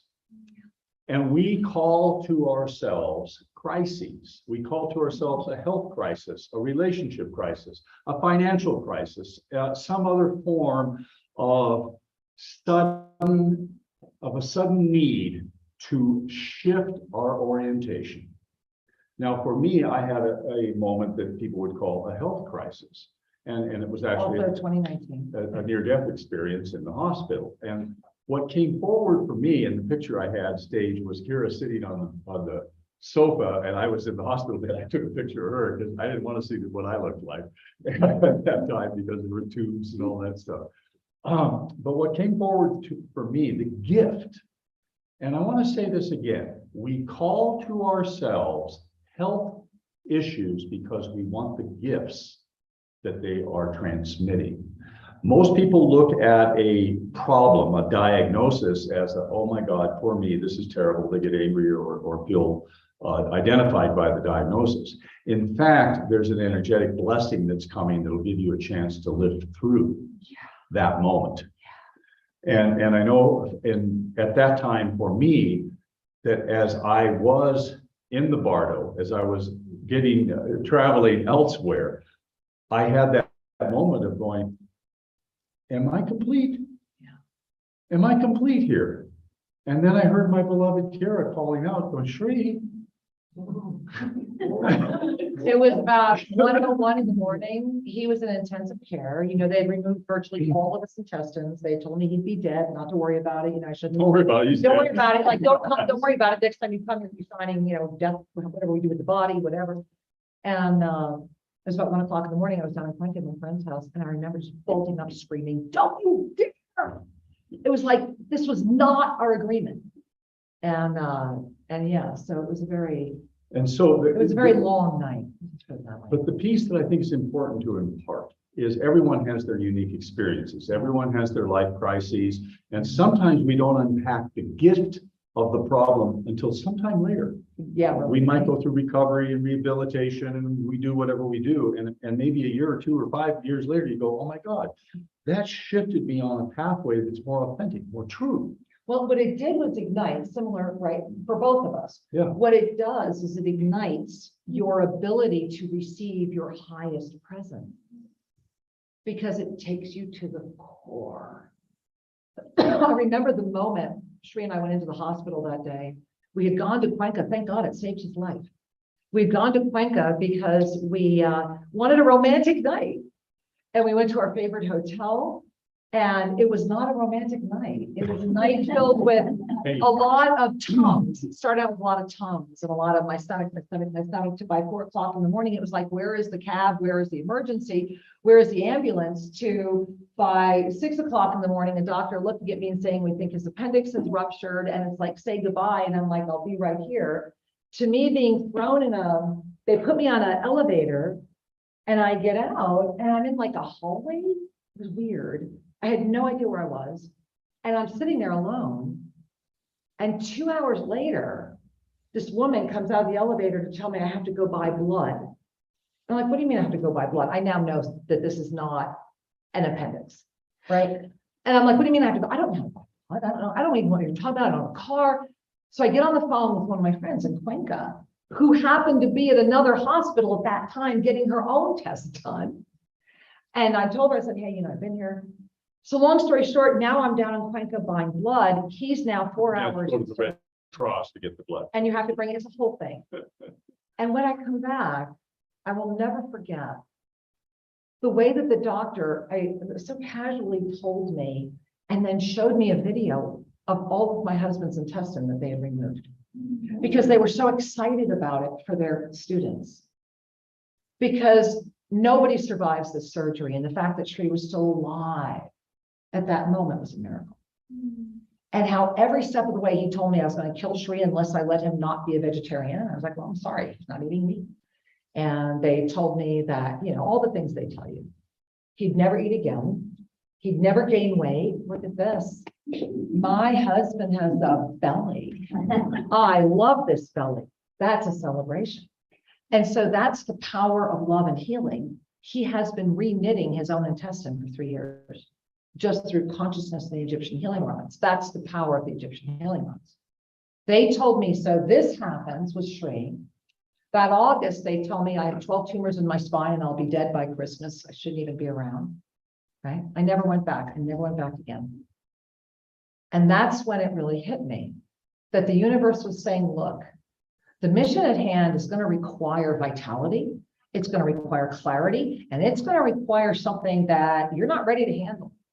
So this is your moment. Yeah, make a choice. So make your choice. If you want to hang out in this potentiality, this body is ready to receive the mastery presence. But if you're not ready to receive it, then let's move on. It was really clear. It was really clear. And it was both of us within months of each other. Yeah. You know? And the one thing I'll share is for those of you that have had near-death experiences, you go, yep. For the rest of you, there is a moment, and not everyone's conscious of the moment, where you're outside that field of what your body is doing, where you have a choice if you're awake to it. And I was clear. I said, do I go back and complete this and have to walk through the impact of what this body has experienced, or do I move on? And I want to share with you that it was all of you. Because this happened and Sue knew, and I was like, I don't want to alarm the community. I don't want anybody to know. We're not saying a word. You know, let me just be with this. And when it was clear that Sri was really in that bardo, we sent out the e-card and tell them what happened. Because he was in intensive care in the bardo. So as I was lying on the bed, this body that I call mine was lying on the bed. And there were moments where I was completely out in the embrace of the universe, and moments where I was completely hovering over the body and keeping it alive. I found that I could attend to my body and keep it going. When I began, He wasn't afraid. that's number one. Don't be afraid. There's no doubt. Don't be Don't afraid. be afraid. Don't be afraid. It's the Don't biggest be illusion of afraid. all. Really, let go of your fear of death. But as I was there, what was so wonderful is these golden beams of light began coming in. It's just streaming in, golden beam. It was. And I get tearful, and I say, what is this? And and any experience you have, touch into it. And as I touched into the Feel a chill. golden stream, oh my God, somebody's praying for me. Someone just lit a He candle and saw offered, every one of you. and each one came in like golden healing energies. And I went, how can I leave this? I have work to do. I have a blessing to share. And each and every one of those, the love, there was so much love. He witnessed the power of prayer visually and tangibly. And so never doubt, if you see someone on the street that is suffering and you just offer a blessing to them, How about This- that animal that was just in? that ray of energy goes to them, whether they're conscious or not, isn't important. What's important is this energetic support is given, is shared, is granted, that a desire that only the highest is served is manifest. And as I witnessed that with clarity, two things happened. One is I got clear of what was really important to me, which is all of you and all of us. That's important. And the other is I witnessed that I was witnessing. That's And- when you know. And in that moment came the fullness of the mastery consciousness going, oh, I'm not a victim of anything. I am at choice. And it's not the little me that's at choice. It's the soul fully activated in cooperation with the body and the personality self. All come into alignment. You go, okay, let's get on with this. Right. And it's not meant to be hard. It's not meant to be painful. It's actually meant to be an extraordinary dance. And so, you know that Chinese symbol, crisis and opportunity. Right? You guys know that, right? What I've learned is people tend to call crises to themselves to have the opportunity to grow, to evolve. However, you can do it with joy. You Why can call not? it joy to yourself, Right? and you Why can pop not? out of whatever that whole hum was. That Right? you Why were- not? It's always a choice. So I think joy always is so much more delicious than crisis. I agree. You're right. I like that choice, don't you? Let's just have fun while we're in our earthly bodies, doesn't it? So let's have fun while we're in our earthly bodies. And thank you for letting us share that with you. Because as I'm watching it get even more beautiful here, and when it starts getting all the fabulous colors, we'll turn the camera around for you for a moment. But again, as that sun and as this moment is illuminating, as your heart is expanding, it's taking another conscious breath. Yeah. And remember, you're now further than you've ever been before. How many times a day can you consciously say thank you to that? I mean, you really stop. I look out and I look at those lemon cypress trees right there that are about 3 years old. And I think of the day Shri and I planted them. This tall. And they were not, Not even, they're no, about. they were bigger. smaller, Yeah. and how about you? What are you looking out of your window and celebrating? Or what's right inside your apartment, right? Look at our birds. They're just, there it is. Now we've got our hummingbird back. Are we paying attention to the small miracles? Because our mother is talking to us. And she's saying, I'm right here. I have never left you. You can be in the densest city and you can still feel me. Just bring your hands to your heart. And remember, you are me.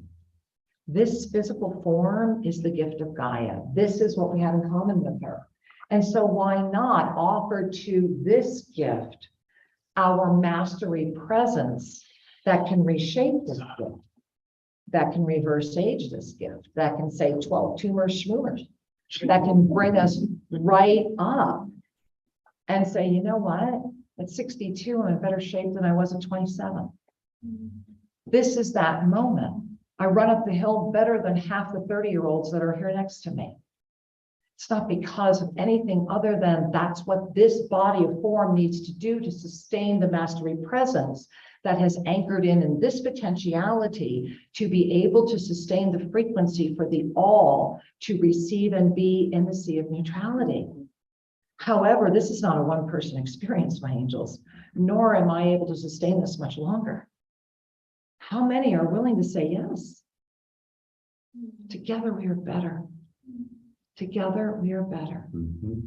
Steadfast commitment, focused awareness, complete trust.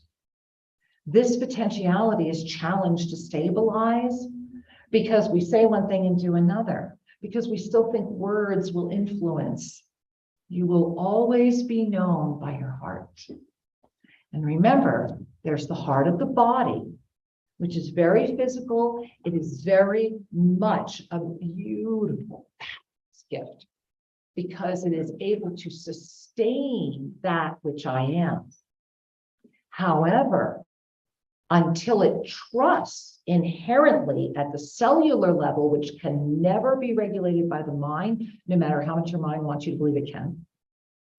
So until the cellular level of this body trusts the I am as you are, that's the conflict. That's why you're always not quite there. Mhm. That's why you're constantly recirculating. That's why you're just about, nope. Or that's why you understand it really well, but you're really comfortable in that environment and all your friends certainly are there. And God forbid you're suddenly not the one sitting at the table agreeing as we're slugging down our cosmos or wine or God knows what else. How about being the one at the table that is being while you're having your Cosmo, your wine, whatever. The key is to not forget who you are at the sake of being accepted by those who are in fear. You know, one of the little practices that I offer to some of my many blessed private mentoring clients is to go to lunch and intentionally sit next to a table of women and just listen. Not to eavesdrop, to notice the energy. Because sadly, my beloved angels, and this is from someone who was the only woman at the table of a lot of Texas Republicans for a long time. When women get together, it tends to be to complain about everything that's not okay in their lives. It is the habit of the pain of the pain. Please, please, I brought it. There's a reason this book has been in constant print for 20 years. It's our first book. Please go read it. The habit of the pain is what has brought the level of consciousness into the moment of attachment. And when we are attached, when we are so afraid, we are so attached, when we are so deep in our entrenched knowings without any ability to see beyond it, right? When we're right there, that's the moment where we're going to be invited to see our greatest growth or not. Because it's the minute you let go, right? It's the exhale. It's the on your knees moment. We all have had them. It's that moment where you're like, you know what, God, I'm yours. I certainly had mine, right? It's I'm yours, whatever it is, here I am. Because if not, why should I be here? Right? What else would I be here for? It's that level of surrender into the knowing that ignites the spiral of presence again and again and again. And this potentiality moving into 2023 is where we're at right now. The storm, the STORM. So as you hear that at first, witness what you're witnessing in your own sense of receiving when I say that, or when you hear that. But let me go deeper and share with you that the storm that is upon us for 2023 and that we have just begun right now, which is why the whole massive October 1 revelation of the Arcana and the 30 days of up-level information and all of that that's happening October 1, that's why this is happening, right? That's why this is happening.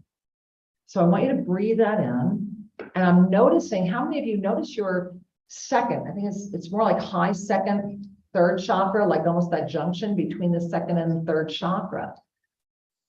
I'm going to let go of words because it's not about the receptivity of any words. It's about the knowing of the moment and the real gift that's before us for 2023. So what is the storm? It is to see the open eye. Remember, it's the big open eye right now. So it's about really seeing. It's to really see without being afraid. When we're not afraid, we see everything, right? It's to see the calls forward. It is awareness. To see the, go beyond, oneness. Oh, see, open your eyes, the oneness. Reclaim, restore, remember, mastery. That's 2023. That's the storm we're in. And the beauty of that is that when you remember who you are, when you carry more passion for who you are than those who would seek to tell you who you are not, you're able to stand in the center of the eye of the storm. And there you can honestly be the presence of the creation, holding that portal for others to find. That's 2023 in a nutshell. So I just want you to really breathe that in, feel how that feels for you. And we are receiving your questions, but in this moment, I want you to again go back to that area because it's really interesting that as I'm just feeling this here, it's very much as I'm watching the early pinks come in, very much about the acceptance of the creation. Maybe hold your hand here a moment Am I accepting of the creation? Am I accepting of the creation of that which I am? Right? And to really let go of judging yourself and just notice what you notice as you pay attention to that. Yeah. Just taking a breath. So much beauty. You know, one of the things that I'm constantly smiling at is you don't need to go into a cave and meditate in order to find out who you are. How cool was that? You don't need to find a guru, yet another teacher, yet another dogma to You can. just I mean, discover. truly, you can. When Oh, we I met know. each other, we must have had 500 books between the two of us. And I a lot mean, of yeah, I'm not saying don't do it. I'm Right. saying you don't have to do it. Exactly. Right. You get to choose how you find your way home. Exactly. Exactly. And so the path of self-ascension, the yoga of self-ascension is as unique as you are, because each of us is unwinding the attachments that have kept us in a certain place. And your attachments, your journey, your karmic history, and karma's done, but some of us still carry it around like a badge Because of, it's a choice now. No, because it's a choice. it is a choice. Right? And just go look at all of our old videos, read our books. You can learn about But the that. key here is when. When is enough enough? Right? If not now, when will you claim your true self? And Claim just your be authenticity? with that. Right? When? I mean, seriously. And if it's not now, then you need to get clean on why you're waiting. You know, and if you come up with all these wonderful excuses, pay attention and think outside the envelope. What is the universe putting in front of you? How broad are you the lion that's come out? Go reread book 5. It's free. ShriNkira.com. Lost Books of the Unseen. Go read book 5 again. Right? This is that moment. What is your highest vision? Imagine a world where with every breath, you only hold and see the highest of each being for this lifetime. That is where I need home. Hold each being there, and they will lift to that when they are with you. Sometimes you will see it when they may not see it themselves, but it matters not if you are holding the presence of benevolence. Is not the true presence of benevolence the presence that ignites each to be the best of that which I am? To remember that the crystal has so many beautiful faces, and that we can't have a crystal unless all the faces show. Many rays of color. Huh? Right? And you go, wow, how great is that? That's why we're culminating in Telemarna. We have to go touch where Akhenaten sat down and said, let us go between Upper and Lower Egypt. Let us say yes to a new way outside of dogma. Let us remember. And that's why this moment is so important, especially right here, right now in Peace Week, especially right here, right now on day 99. Because everything in this potentiality is doing its best to conspire for us not to make it to next June. That's why October had to be. That's why be there. Go to ShriNkira.com. Join us. Be there for every single day in October. In 20 years, we have not been really clear that we could share the arcana. And to be with you every day for 30 days. To be walking through this process with you at a time when holding each other's hands and holding the experience that you had, Shri. You know, that Bardo experience where I remember crying with him in the intensive care as he was sharing with me, seeing every one of you that night. Of all of us coming together, consciously remembering that we have done this before. You know, I brought another one of our books with us this evening for one reason. And this book is now out of print. But this book has already had movie rights accessed it, and it's going to be coming out again with the rest of it. But if you never read our book, 2012 Atlantean Revelations, you can find it on the secondary market, find it. It's a powerful. The mistake we made was putting 2012 on it. But this book, the reason we made it hardcover was that for those who owned it, because it's that book you never wanted to lose. It's that book that you were going to want to come back to over and over and over again. And the reason I brought it here this evening is because when we published this back in, 2007, the first time, you might see what it said right here on the cover. Let's see if I can, there it is. Humanity is at the ultimate choice point, and it's not too late. We have given ourselves the gift of coming back into this potentiality where all the preceding, that's why Midge came back. No, I'm serious. All of these, and all of us that are still here, because many of us checked out, all of us that are still here are here because of this moment of unification. We're here to say, hey, we've been surfing some of the other potentialities. Let's take care of this one before it's too late. Let's come together. Let's not hold ourselves back and think we're crazy. Let's not kill messengers. Let's perhaps receive messages. Perhaps let's come together and honor each other. Perhaps let's model what we've been dreaming of and wonder why we would wait even a breath longer. And that's what we do here at TOSA Blue Mountain every day. That's what we did in Guatemala, Mexico, everywhere. Yeah. And that's what you're doing by being here now. And I want to invite you right now to make a note. Tomorrow at 11 o'clock, well, 12 o'clock Eastern, we're doing everything in Eastern. So tomorrow at 12 o'clock Eastern, we will be having an extraordinary 2-hour culminating celebration of the pyramid, of the consecration. All of our Amazonian elders are still with us. Beautiful Nana Audrey is still with us. We also have Falling Snow Woman still with us. We have all of our beautiful beings here. And tomorrow we are going to share and model the blessing of unified field presence and invite you to join us. It's going to be a special 2-hour culminating celebration. Because every day that we do this, every day that we keep saying yes, you know, Shri and I, when we wake up in our little mud house in the morning, we're living a mom. We're doing the work every single day. We're not sitting behind a computer talking about the work or how great it would be or planning a trip to go visit the work. We're ground zero, guys. So help us help you. What do you want to know? How can we help you help more? How can we all help more? How can we all serve more? Help Global Minga help more. That's the moment of consciousness to actually start saying and putting our resources and collective brilliance together, rather than still sorting out who thinks they're in charge of something, as if anybody could be in charge in this emergent Let moment. alone have the only truth. Right? It's about the moment of celebrating that we have finally found each other, and how cool is that? Is not our diversity our greatest blessing?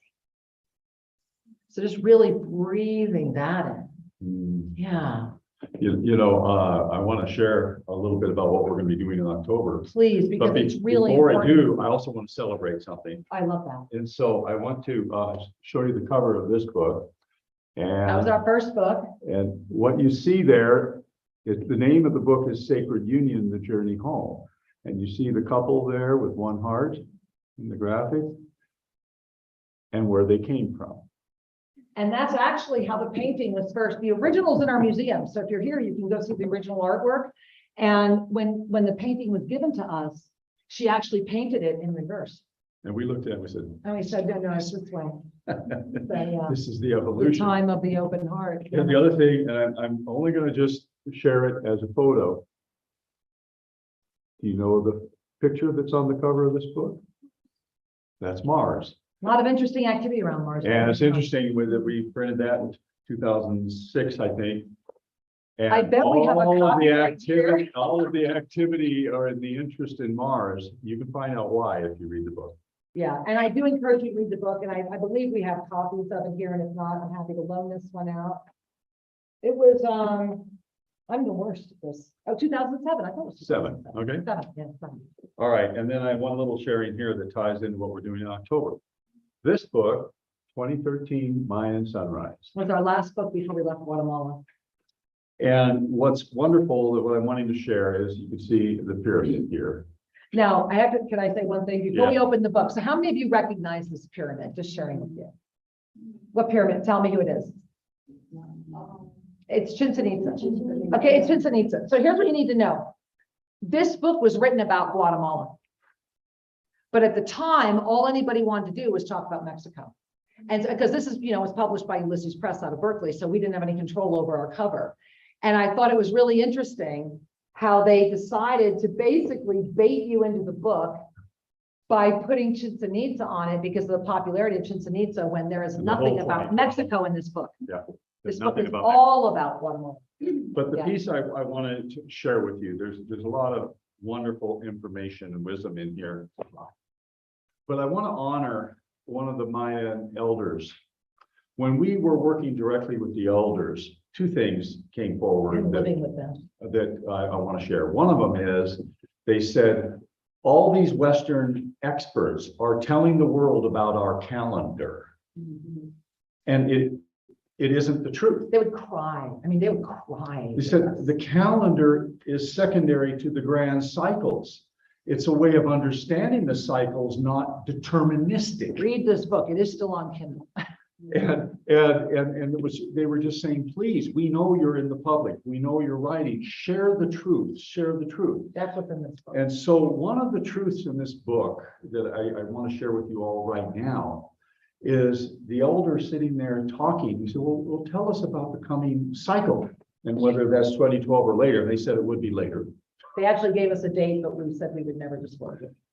And what he said was, humanity is transitioning from people of corn to people of honey. I just love that.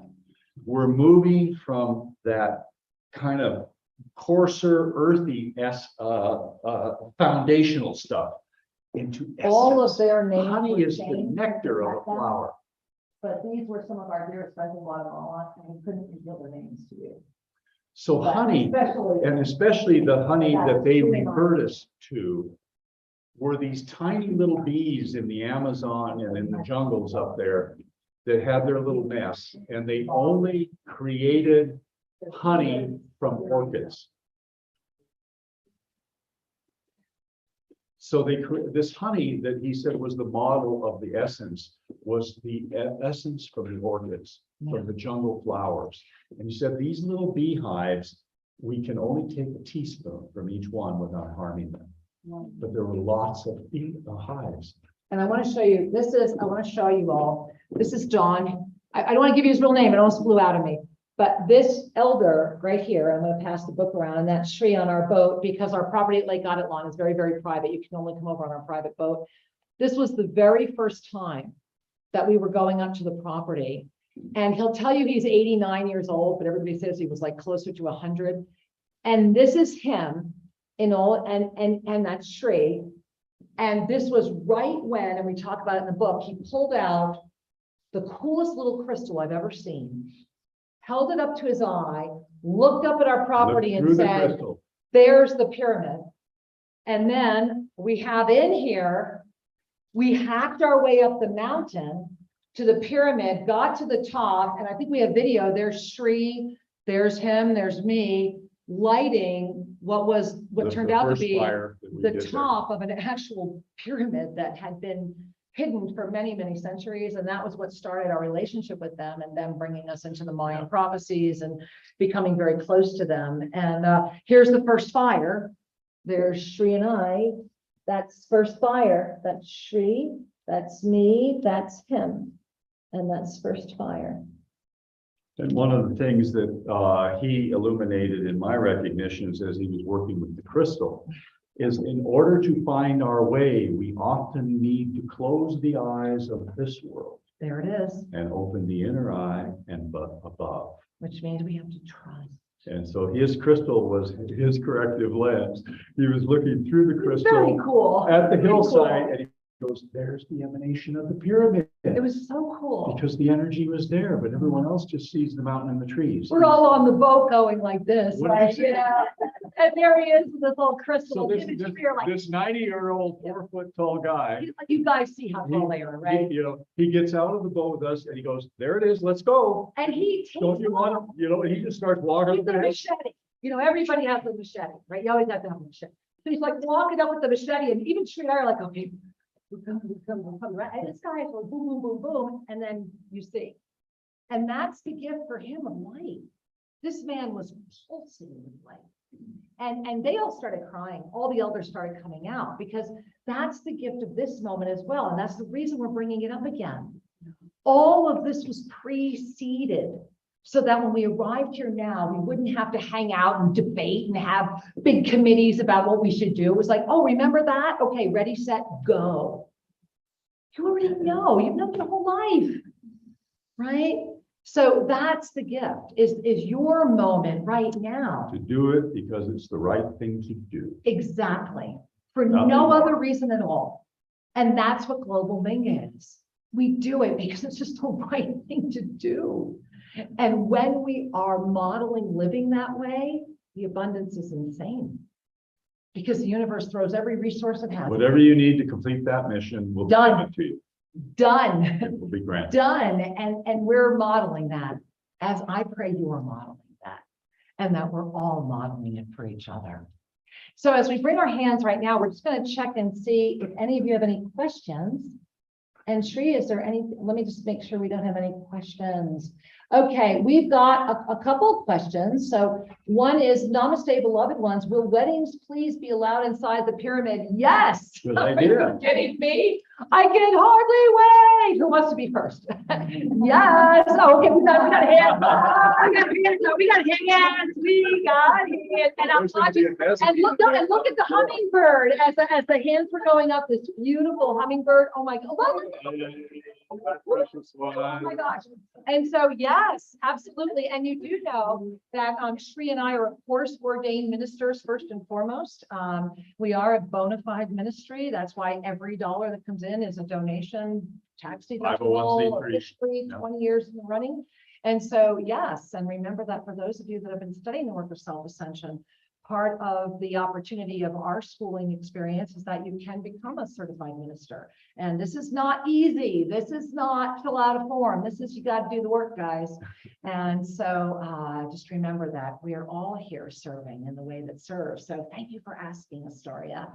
All right, Shri Parul, I can't quite read that. All right, glasses on. I grew up drawing an eye since I was young, over and over again, and I had no idea why. Wow. Because this is the moment, is it not, sweetheart? Yeah. There are times I'm hunching that many of you have closed your eyes and seen an eye. Well, and you know, Shri, that brings me to, I'm going to close the Q&A because we are getting to that moment of just really settling in and saying thank you. But it does really bring us to this experience of the lion. So, you know, we've been talking about this all afternoon, that we really are, when the lost books of the Essene were first delivered, and especially if you read all 12 of them, and again, they're all free at shrinkhair.com. In the 12th book, when that was delivered, I will never forget reading it and really having a hard time with the consciousness of the me that was in this body of form at that moment. And it was one of the lines that had always haunted me, that talked about how humanity is at a choice point and that there are many potentialities before us, and that based on the potentialities we choose, there is one where our dark ages will not look so dark. Compared to what is coming. And I really encourage you to go back and read lesson 12 of the Lost Books of the Essene with an ascended consciousness, and to read the up level that the Saint Germain itself has called in now. I encourage you to read all 12 books. We are also publishing all 12 books with a study guide, because this is that moment where it is our consciousness. Einstein was right. We will not solve anything at the level of consciousness that has created it, and what a gift. It says, guess what? You want to solve this? You guys are so amazing. You're going to make the most amazing complex riddle ever because you can solve it. Because you're going to get to jump on the other side of it and go, check this out, A+, please, right? We're at that moment. We're jumping through consciousness. And you know what? You are not crazy. No. And you are not alone.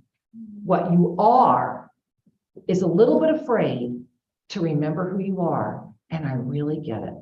And so did Shri, and so did a lot of others. It's time for you to just say yes to you. And remember, joy is your measure. Joy is the signal from the soul that you're absolutely in the flow. Just breathe that in.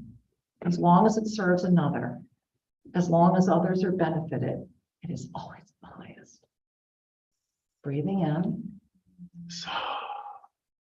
We are unified and unifying. The moment before us is a blessing. And we are blessed to be with you right now. Thank you for caring. The year ahead, the moment ahead, the storm ahead, to see the oneness, remember our mastery. Yes. Aren't we all happy to be here now? I know we are.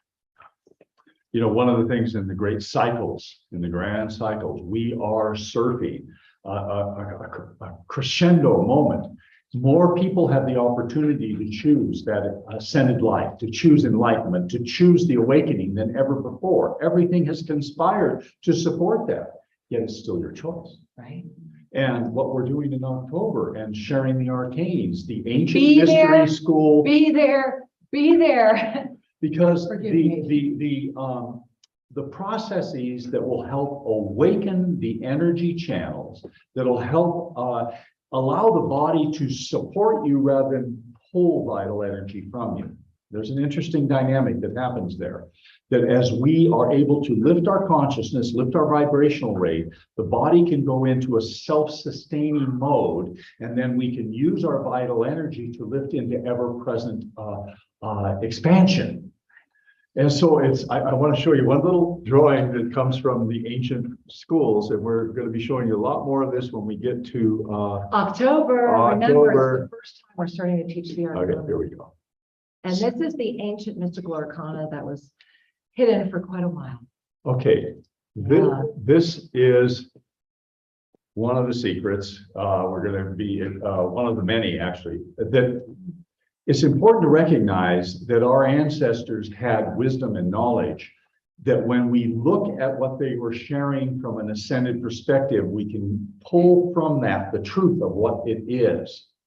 And this is so simple, people ignore it. What's on the, so many of the hieroglyphs and what's on the Egyptian temples, people just look at it and go, oh, that's interesting.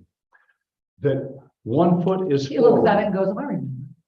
1 foot is forward. This is a pose for the restoration of the nervous system. And there's a breath technique that goes with this. There's a process with the sun that goes with this. And this is just one of the things we're going to be teaching in October. So throughout the whole month of October, we're going to be unwrapping and offering this wisdom. And the wisdom is part and parcel associated with the pyramid and the rods, because the pyramid and the healing rods are holding that frequency that you're seeking to align with. That's the guitar string that's going, ah, and you're going to go, yeah, I want to be there. And instead of put down into something else. You know it. And so this is the opportunity, and we invite you to join us. And for everyone who has a set of rods, it's a free class. Yeah, I mean, So- this is our gift to you, because the world is at a moment where the ancient wisdom, and this is one of the other, I'm going to call it warning signs of 2023. And Sri, do we have the text? You don't need to share it.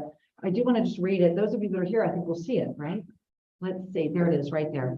So we're going to be posting the full 2023 revelations at our website, October 1. So that's coming up really quick here. Also, if you subscribe to Sedona Journal of Emergence, we've been columnists with them, with Melody now for over 15 years. This will be published, of course, in the big double issue, along with, I did the Ascended Numerology for November and December will also be in that big double issue coming out, Sedona Journal of Emergence, November 1. So here we are, there it is. Going beyond Judgment Day. So bring a hand to your heart, because how many people right now are talking about the end of the world, revelations, the energy of adrenaline that is literally, and this is all of the ascended masters speak and collectively invite all of humanity to receive that the greatest damage of prophecy is the self-realization by those that energize it. That in order to be in a free will zone, in order to call forward interference in a world where interference cannot be, only you can co-create that interference and thereby energize it. And so this Judgment Day right now is literally a pattern we have seen before and that we have navigated before.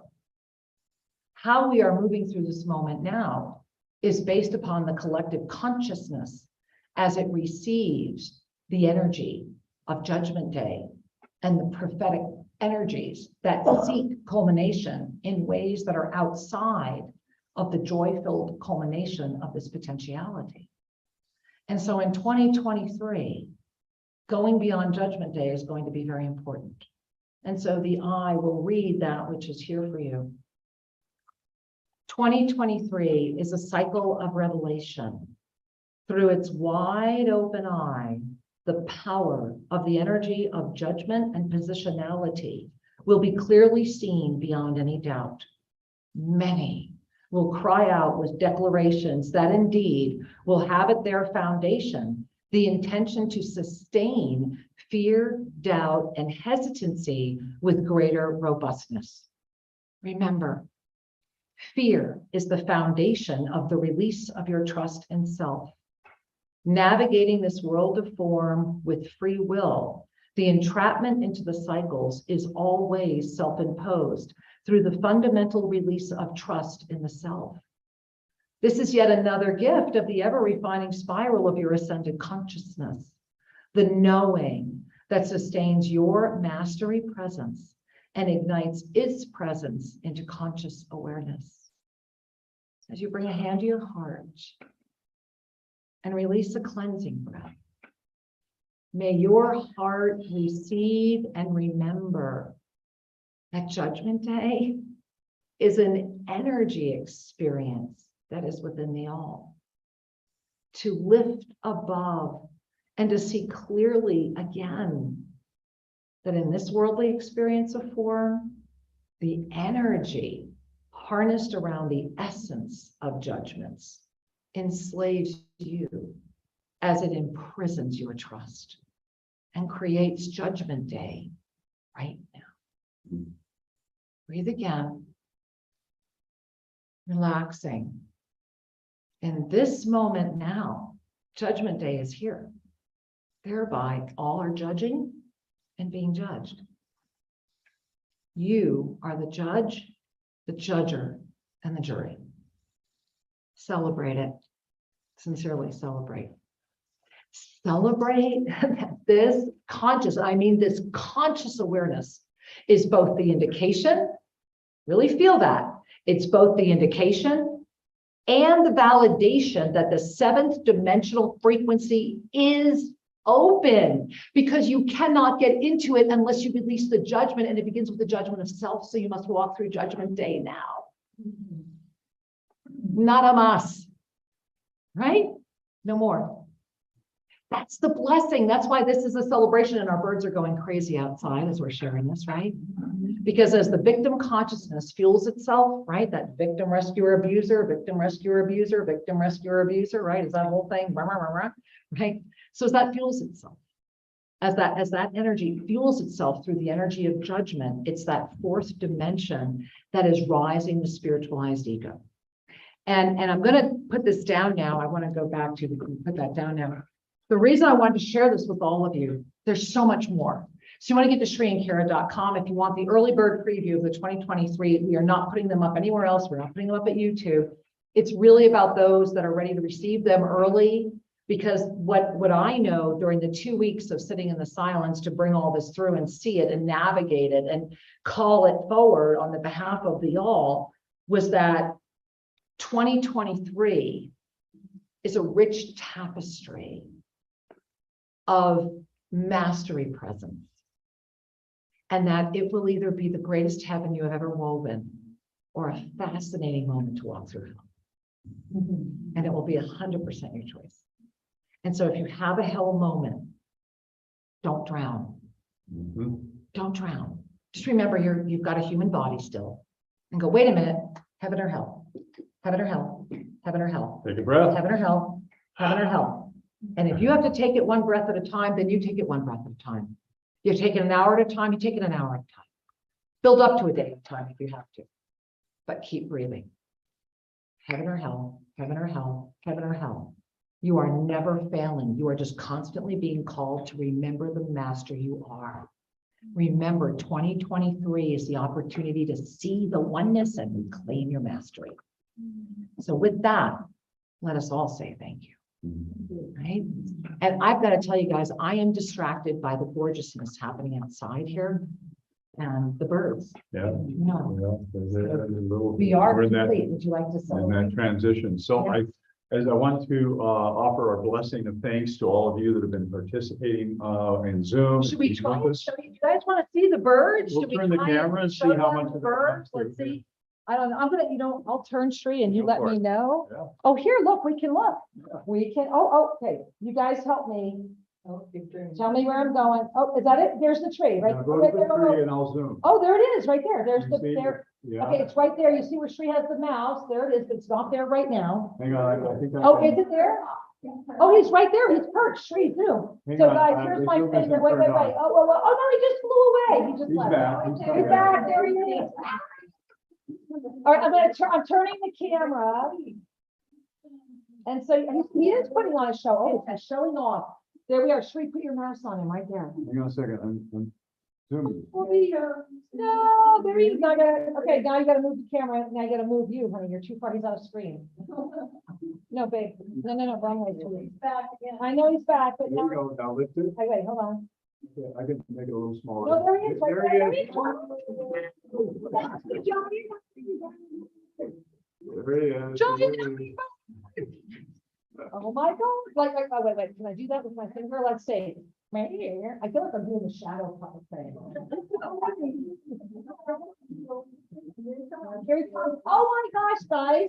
Yeah, so with that beautiful giant hummingbird, there he goes, flew away. Yep, they're seeing it. People are no Sri, honey. You just moved off of him. Okay, there he is. He's Yeah, back. right there. There he is. Beautiful. What a beautiful way to culminate. Sri, why don't you not come around the other side of the camera and say goodnight? And could you help us say goodnight? Right. So, beloved ones, we're so I delighted. want to stand in front of the hummingbird. Okay. I'll do, there he is, right there. All right, I'm not gonna move because it makes the camera do funny things.